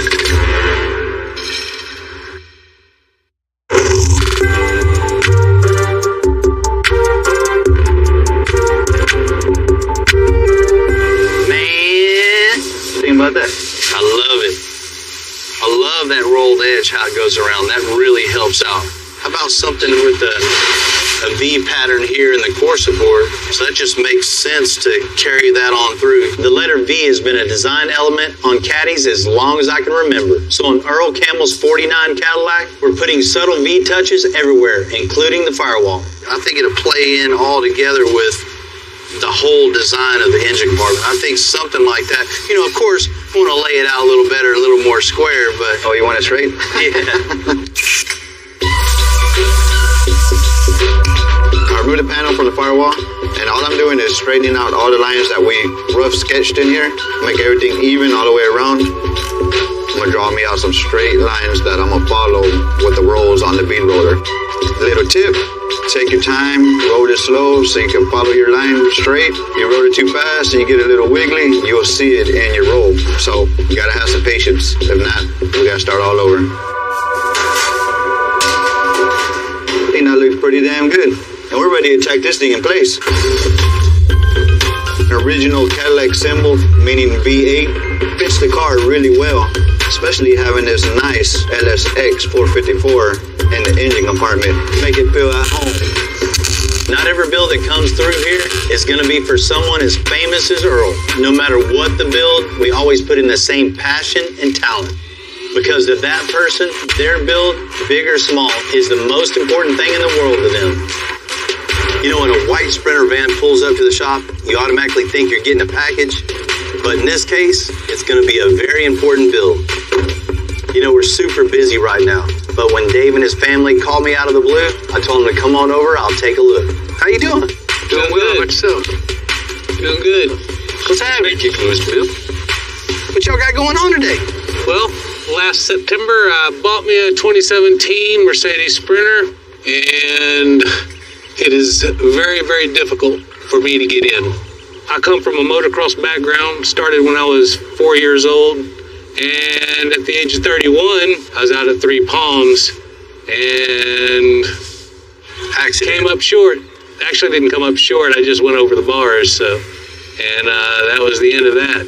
So that's what put you in the chair? That's what put me in the chair. The end goal is from a seat. And what you need is it down on the ground so you can get in and drive this thing. Absolutely. So the way the van sits right now and as high as it is, it's too difficult for my family to be putting me in and out. And so it's time. It's been 16 years.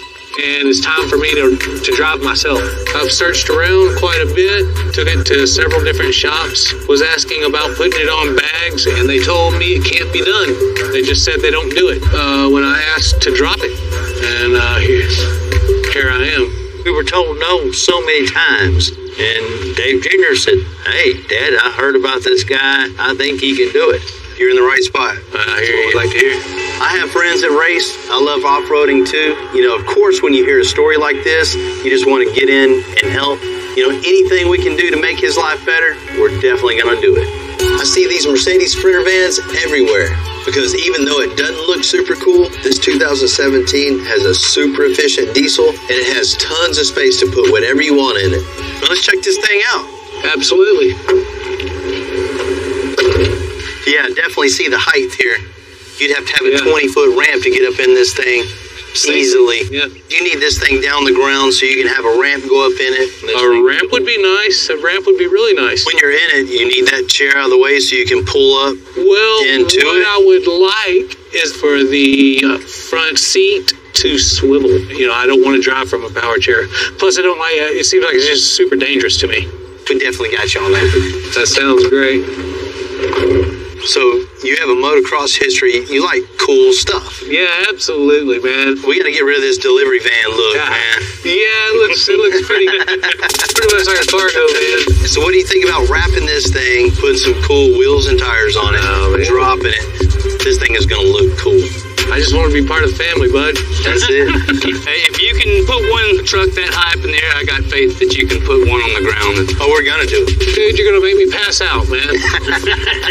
I have full confidence that these guys have it, and, I mean, I'm just ready. I'm just excited. I can't wait. All right, man, let's go make it happen. Let's do it.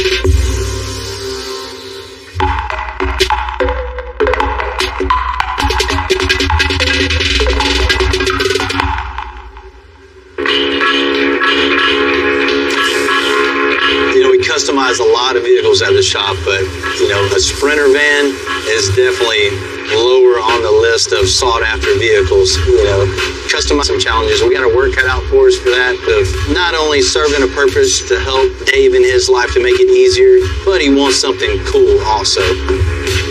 We do builds all the time at Extensive. We get them in, out every day. You know, this project right here is a little more special. I mean, this is actually going to change Dave's life.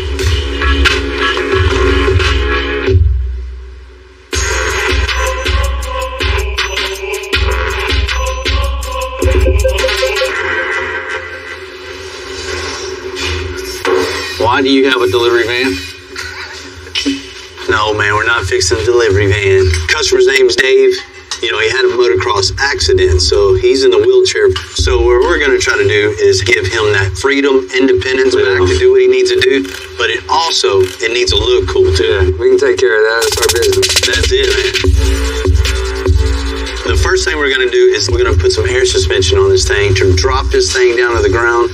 So we're going to pull out the leaf springs in the rear, you know, clean all the axle off and build the tooling for the rear.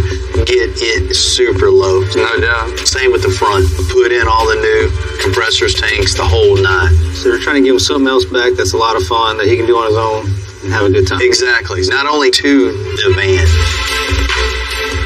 So we're going to install a wheelchair ramp that shoots out the side of this thing. Dave can ride right in himself and do his thing.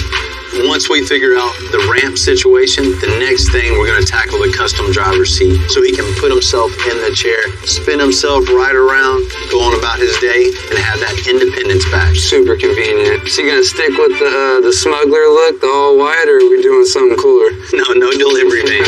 No, we're going to definitely, it's got the motocross background. He needs to have that cool feeling of riding around also. So we're going to start out wrapping this thing, and then we're going to finish it off with some really cool wheels. Awesome. It's a little bit out of the ordinary, but it's going to be pretty cool, man. Yeah, I'm excited. Well, I'm ready to get started on this thing. Let's get it on the 2-post. Knock this thing out, man. Sounds good, man.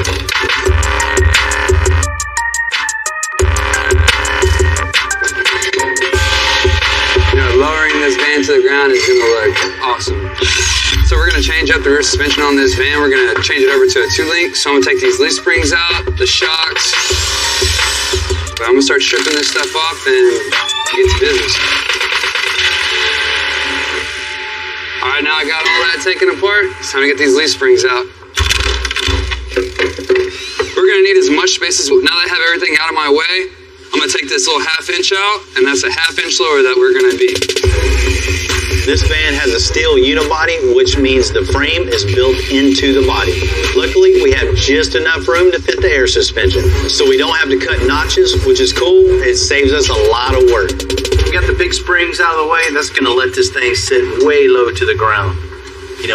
We're not going to cut the floor, not going to do a C-notch, so we're just going to set the axle right on the unibody itself. So it's going to be super low and have perfect angle for that ramp. Is that a 22 going on here? 24. He said 22. It's really getting a 24 for real. Oh, it's freaking huge.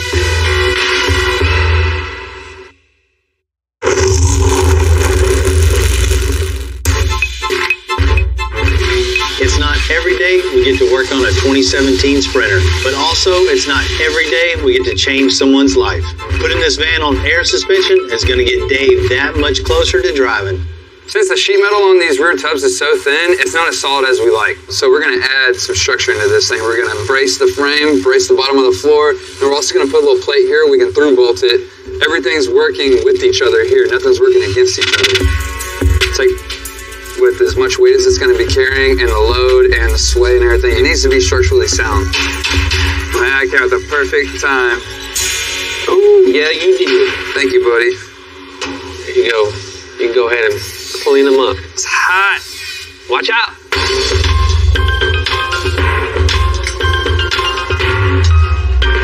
What I'm doing is trying to get this 90-degree angle right on the money. And then the next one, you just hammer down on the pedal. That doesn't work for you. Perfect. Back to the van. So right on the money. That's exactly what we wanted. Now we can punch some holes in this. Connect the dots, and now we're one step closer to having the rear suspension built. Now that we got our plates made, you can see everything kind of coming together. And we can through bolt it to the inside of the cab, put a backing plate on the other side, and you get a little bit more structure out of it that way. Over the years, we've been known for, making kits for just about any application, any car, any truck, anything like that. But when we have builds like this or just one-off builds, we typically build, we could easily go pull something off the shelf and throw it on here and just make it work. But later on down the line, you might run into a problem. So I like to just literally make every part and piece for every single vehicle that I build. That way I know 100% that it's perfect for what we're building it for. Beautiful. Love it. And that's lunch.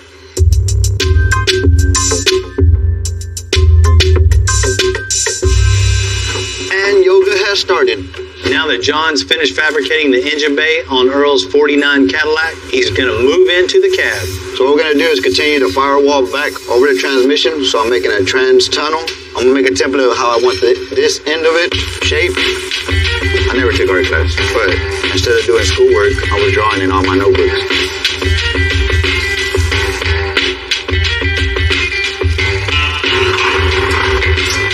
Now we can get the end of that tunnel shape and make it flow into the floorboards.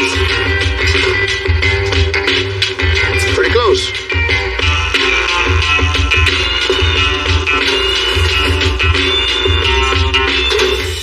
Now we got a whole lot of cutting to do. When you're hand building something, you're building it in place and oh, that'll work. You know, everything's made to fit. First piece in, I got about 2 more to go. I know Earl's not gonna mind what his trans tunnel looks like while he's driving his car down the road, but this thing is gonna be built like a tank, and I'm sure he'll love it as much as I do.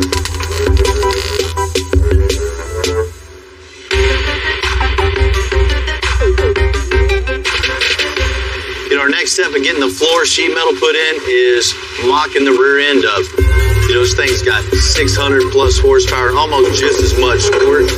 So we need a rear end that's really going to stand up to all that. So we got a fabricated 9-inch. Then we can build our drive shaft tunnel around the mocked up drive shaft. And then we'll start building the floor around that. Now it's time to cut our center section out of our floor. Let's see if we can do a straight line.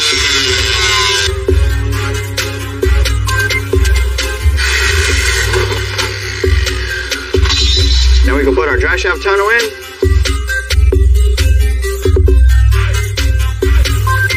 Now we got the tunnel in. Pinion angle was set. What I'm gonna do is bottom out that axle so we can put our new inner tubs in.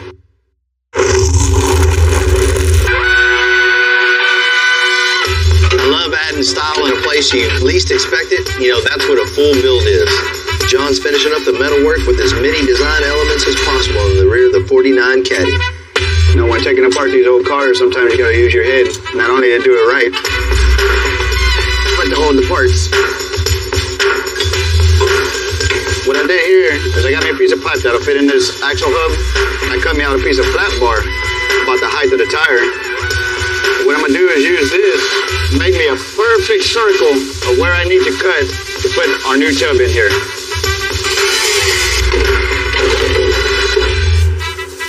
Now with this all opened up, move on to the other side and get that cut out. Since we had our rear end bottomed out, we know what our very top needs to be. Now we need to figure out how wide it needs to be front to back. And now we could do that same thing we just did at that height, and we will get a perfect arc at an 18-inch radius.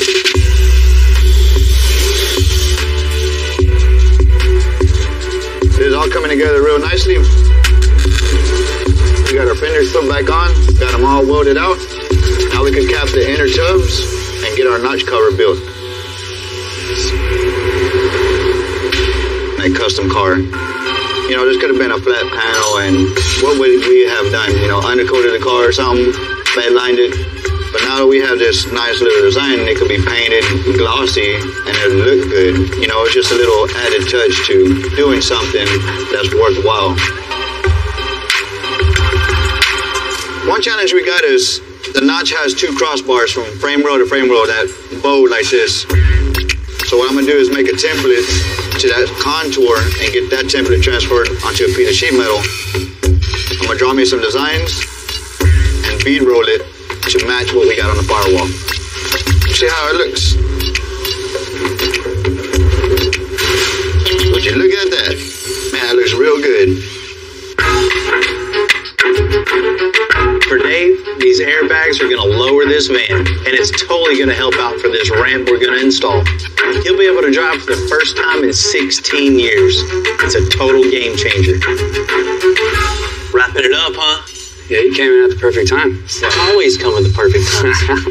It looks real good. Thank you. All the suspension's done, huh? The line's done, electrical's done. Yeah, dude, I got everything mounted, tucked up in here real nice and together, not all over the place. Usually we jinx ourselves saying that it's going to happen. We're going to have one easy every once in a while, right? They can't all be difficult all the time, huh? No, they can. Well, cool. Let's get the wheels on and get this thing on the ground, man. Let's see what it looks like. Cool. And then we'll start working on the inside. Yeah, buddy. All right.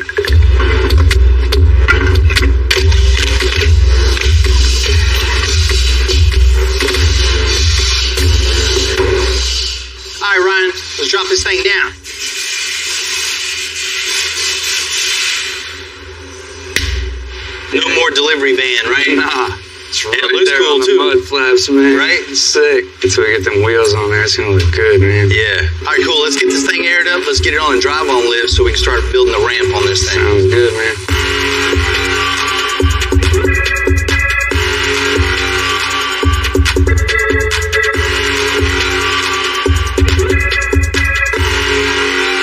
The ramp needs to be installed flush with the floor. So Ryan's got to make an opening for it. Alright, so I used the framing square just to find out where my door was. We know here is our door. We're not going any further past this point. Here's the center of the actual opening of the door and everything we got. So we have this much room to work with. Our deck is 41 1/8. So within our parameters, we have a lot of room to work with, which is really good. Just triple check your measurements, because we're about to cut the entire floor of this thing out. All right, now that I have all my lines done, I'm gonna go ahead and just cut this whole section out where our ramp is gonna go.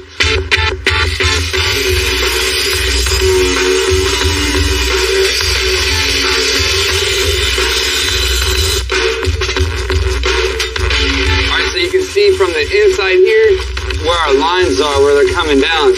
We're already planning on reboxing this whole entire frame into the unibody, and we're gonna plate the side of it and then cap the top off once we're done and have everything bolted in where we need it. So just to get this whole center out of the way, cut this whole top section out, and then we have a wide open area we can work with, full measurements, and do what we gotta do.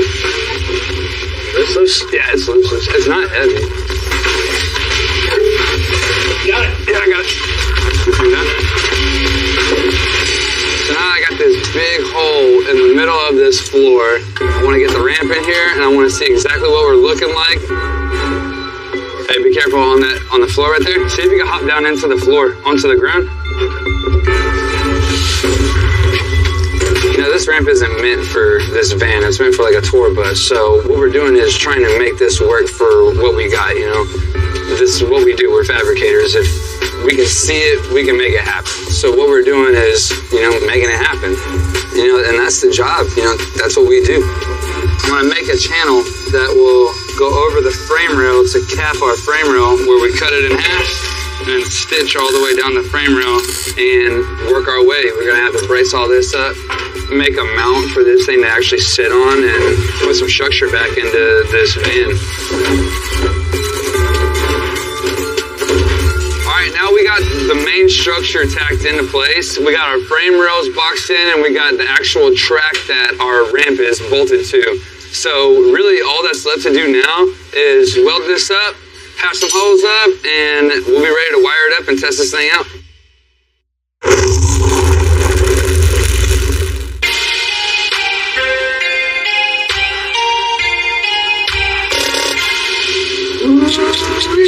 We're going to make as many parts as we can for Earl's 49 Caddy right here in the shop.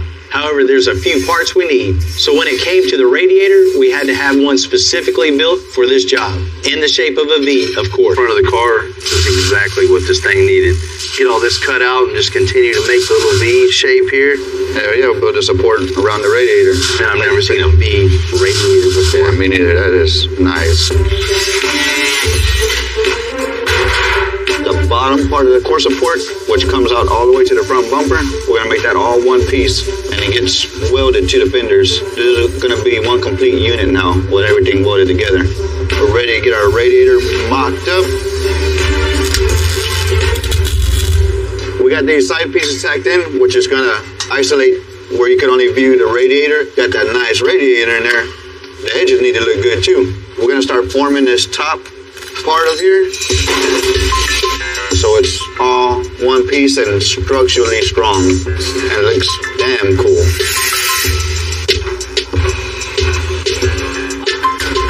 They got some really nice fitment right there. Now what I'm gonna do is get that excess off. Now I got these pieces fitted in here pretty nice. Then we're gonna run us a couple bead rolls on these panels, kind of liven it up a little bit so it's not just so flat. It looks pretty good. So what I did here was I started off with maximum pressure here, and once I got to this line I drawn, which is 10 inches away from the edge, I started slowly fade out look instead of just a hard stop. Man, them lines match up perfectly. little flavor to the front end here.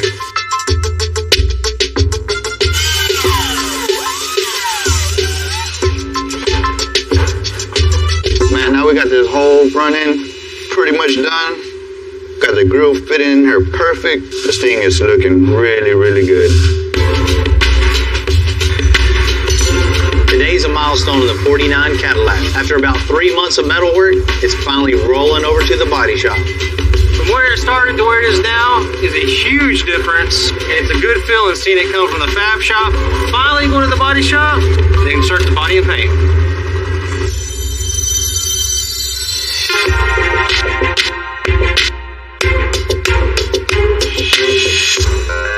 We got the ramp working on Dave's 2017 Sprinter van, but I definitely can't let it leave the shop in the delivery van white. So John and Jose wrapped the back of the van glossy black to make it look like it has a rear window, and they're wrapping the rest in a brushed black.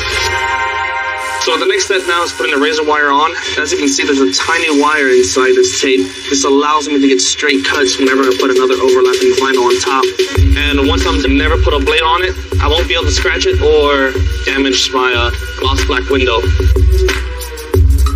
A lot of people come to us to go get color changes. They're bored of their existing paint job and they want something new. Or certain models like Ferraris or Lamborghinis, they only come a certain color selection. Well, some clients, they want to be unique, so they do whatever it takes. They come to us, we get it done, and they're happy. And when they get tired of it, we remove it. The resale value doesn't get affected. The original paint is protected underneath, brand new. Now with the wire all pulled out, all we gotta do is pull out the green tape. As you can see the straight, perfect line it leaves behind. Perfect. Well, let's go ahead and start getting these side panels put in.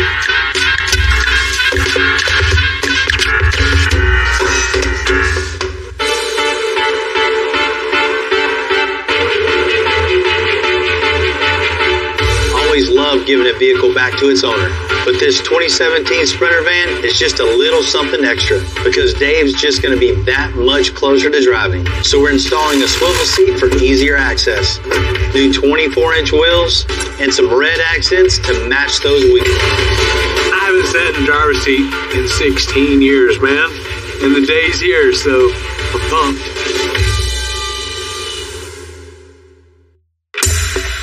You know, a lot of people have their own style, their own customization, but here, you know, the customization just keeps evolving. There's not blueprints, there's not schematics to do what we do. Everything we customize here is specifically to that build. Two of the same cars could come in here, but when they both leave, they'll be totally different and totally cool.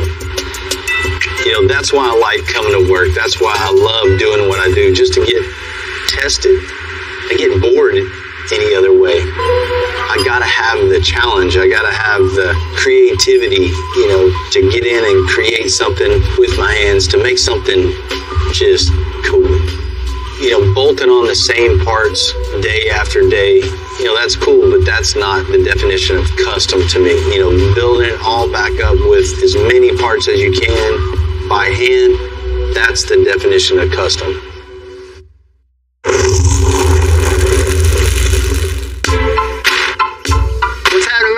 Dude. How you doing? I mean, it's always because we're giving this 2017 Sprinter van back to Dave, and I can't wait to see his reaction. Man, I know it's been a while. I know you've been waiting patiently. When you're in this position, bro, that's the first thing you learn. Patience. You ready to check this thing out? I know you guys are ready. Yeah. Ryan, bring it on in. Oh my God, dude. Oh man, this is beautiful, dude. You gotta be kidding me, man. Fine looking. You gotta be kidding me. That's what I was waiting to see. That's You gotta cool. be kidding me, man. What you think, man? Bro, that is something else. Whoa, I can't tell you how much I appreciate it, dude. Oh man. It doesn't look like that delivery van anymore, does it? Oh, no, sir. That's why I brought it to you, Bill. There is nothing you can't do. It's overwhelming, dude. Seriously, man. Because at first it could not be done. Oh man, we did it. You did it. You absolutely did it. You guys ready to check this thing out? I'm ready to open that thing up and let me check that ramp out because I know we got a ramp inside the thing, dude. Oh my God. Check it out. Oh my God. Man, buddy, that ain't just something you just bolt on either. We had to cut the whole floor of the van out, restructure everything, and then make everything mount back. So you have two sets of controls. One will control the airbags, front, up and down, back, up and down. And the center button right there operates the ramp. Check it out. Check it out, Check it out, dude. That's it, man. You think you can work with that? Absolutely, dude. My power chair is going to have no problem going up in there. I'm just really stoked. It was a first for us also, and hope you like it, man. It's pretty sick. You know, once you're up in there, we have installed a swivel seat on the factory seat there, so awesome. And added some handles on there, so you can spin that thing around from the back and get up in it and do what you need to do, man. Go on about whatever you want to do, all on your own. Wow, I'm speechless, man. Speechless. You know, of course, we had to add some cool wheels and tires, too. This had to be made specifically for this van. If we're going to have some made, we got to have some cool ones made, too, right? Oh, yes. You know, after all that was done, we couldn't have the delivery van look. We had to have this thing wrapped. You know, John and Jose over at Pixelworks came in with a brushed black. Beautiful. And, man, that just really sets it off. I mean, I can't believe the job you've got. I'm surprised your name isn't Copperfield, man, because it's magic, bro. It's magic. I like to speak for all the guys at the shop. This is something special for us also. You know, not only a chance to do suspension on something that we don't normally do, a challenge of making the delivery van look cool, but to give you that independence back to really help you out in that aspect of your life. I mean, it's cool to be able to do for us also. But that's what it's all about is independence, buddy. I'm stoked, man. Ready to get in this thing and go down the road. You guys don't get it, man. For someone like me, be behind the driver's seat again, or behind the steering wheel. It's overwhelming. I haven't been behind a wheel in 16 years, bro. 16 years, man. Oh, man, dude. Man, you look good in there. I feel good in here. I don't even know what to say, man, but thanks. Man, I appreciate that.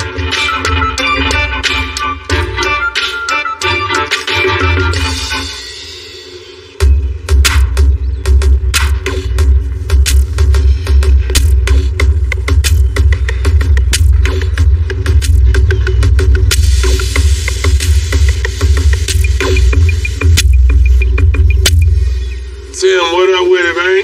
What you doing out rolling around? I'm good, man. You know, I'm just cruising. How's the car treating you? Man, I'm loving it, man. You already know I'm loving it. Hey, look, all that small talk. Real reason why we here.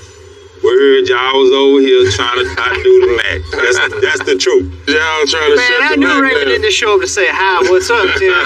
We heard on the street they was up to something. We been hearing a few words on the street that they've been working on something special over here. We had to come check it out. We had to come and check it out. I know Bill was up to something. They was too quiet, Rob. I knew it too, man. Real deal, Bill. Hey, what's going on around here, Bill? What up, man? Man, what are you working on over here, man? What you up to, Bill? That's it. Look at that's a 40s Cadillac. That's it. Man. 49. This is gonna be crazy, man. I can't wait to see this, man. You already know who it's for, huh? Yeah. Can't wait, man. You know, we heard word on the street, so we had to pull up and see what was going on. Let me hit the club in this one. So was this bad and slim?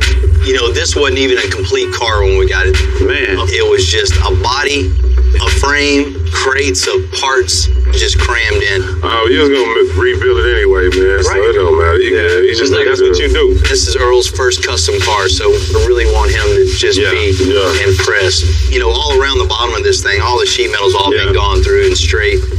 Built a new chassis from bumper to bumper on the front. That's gonna be mean, man. What kind of energy you got up in there? An LSX. Wow. What is he gonna do with all that power? Man, whatever he wants, right? Earl Campbell's like stuff big, you know, he's running back. He's running over people, you know what I'm saying? That's what it is. All over the city in that, man. That's crazy. I sure don't like that, though. Man. Hey, man, you put the V in there for the Cadillac? Mm-hmm. Oh, yeah. You see that, Slim? I see that. Sneak that V on. You see what they did? One of the coolest coolest things about this car is when you pop the hood, John fabricated all the panels inside the firewall. He thought we didn't see that. Okay. You gotta watch it. You know, come out seeing that V right there. They wasn't gonna even tell her. I like Earl a lot. Yeah. But I don't like Bill that might be trying to take us out. You know they gonna show him extra love because who he is. I sure don't like that, man. That's cold, boy. That's all right. What color you going, Bill? Yeah. Yeah, exactly. Black on black. Black on black. Yes, You had to have it.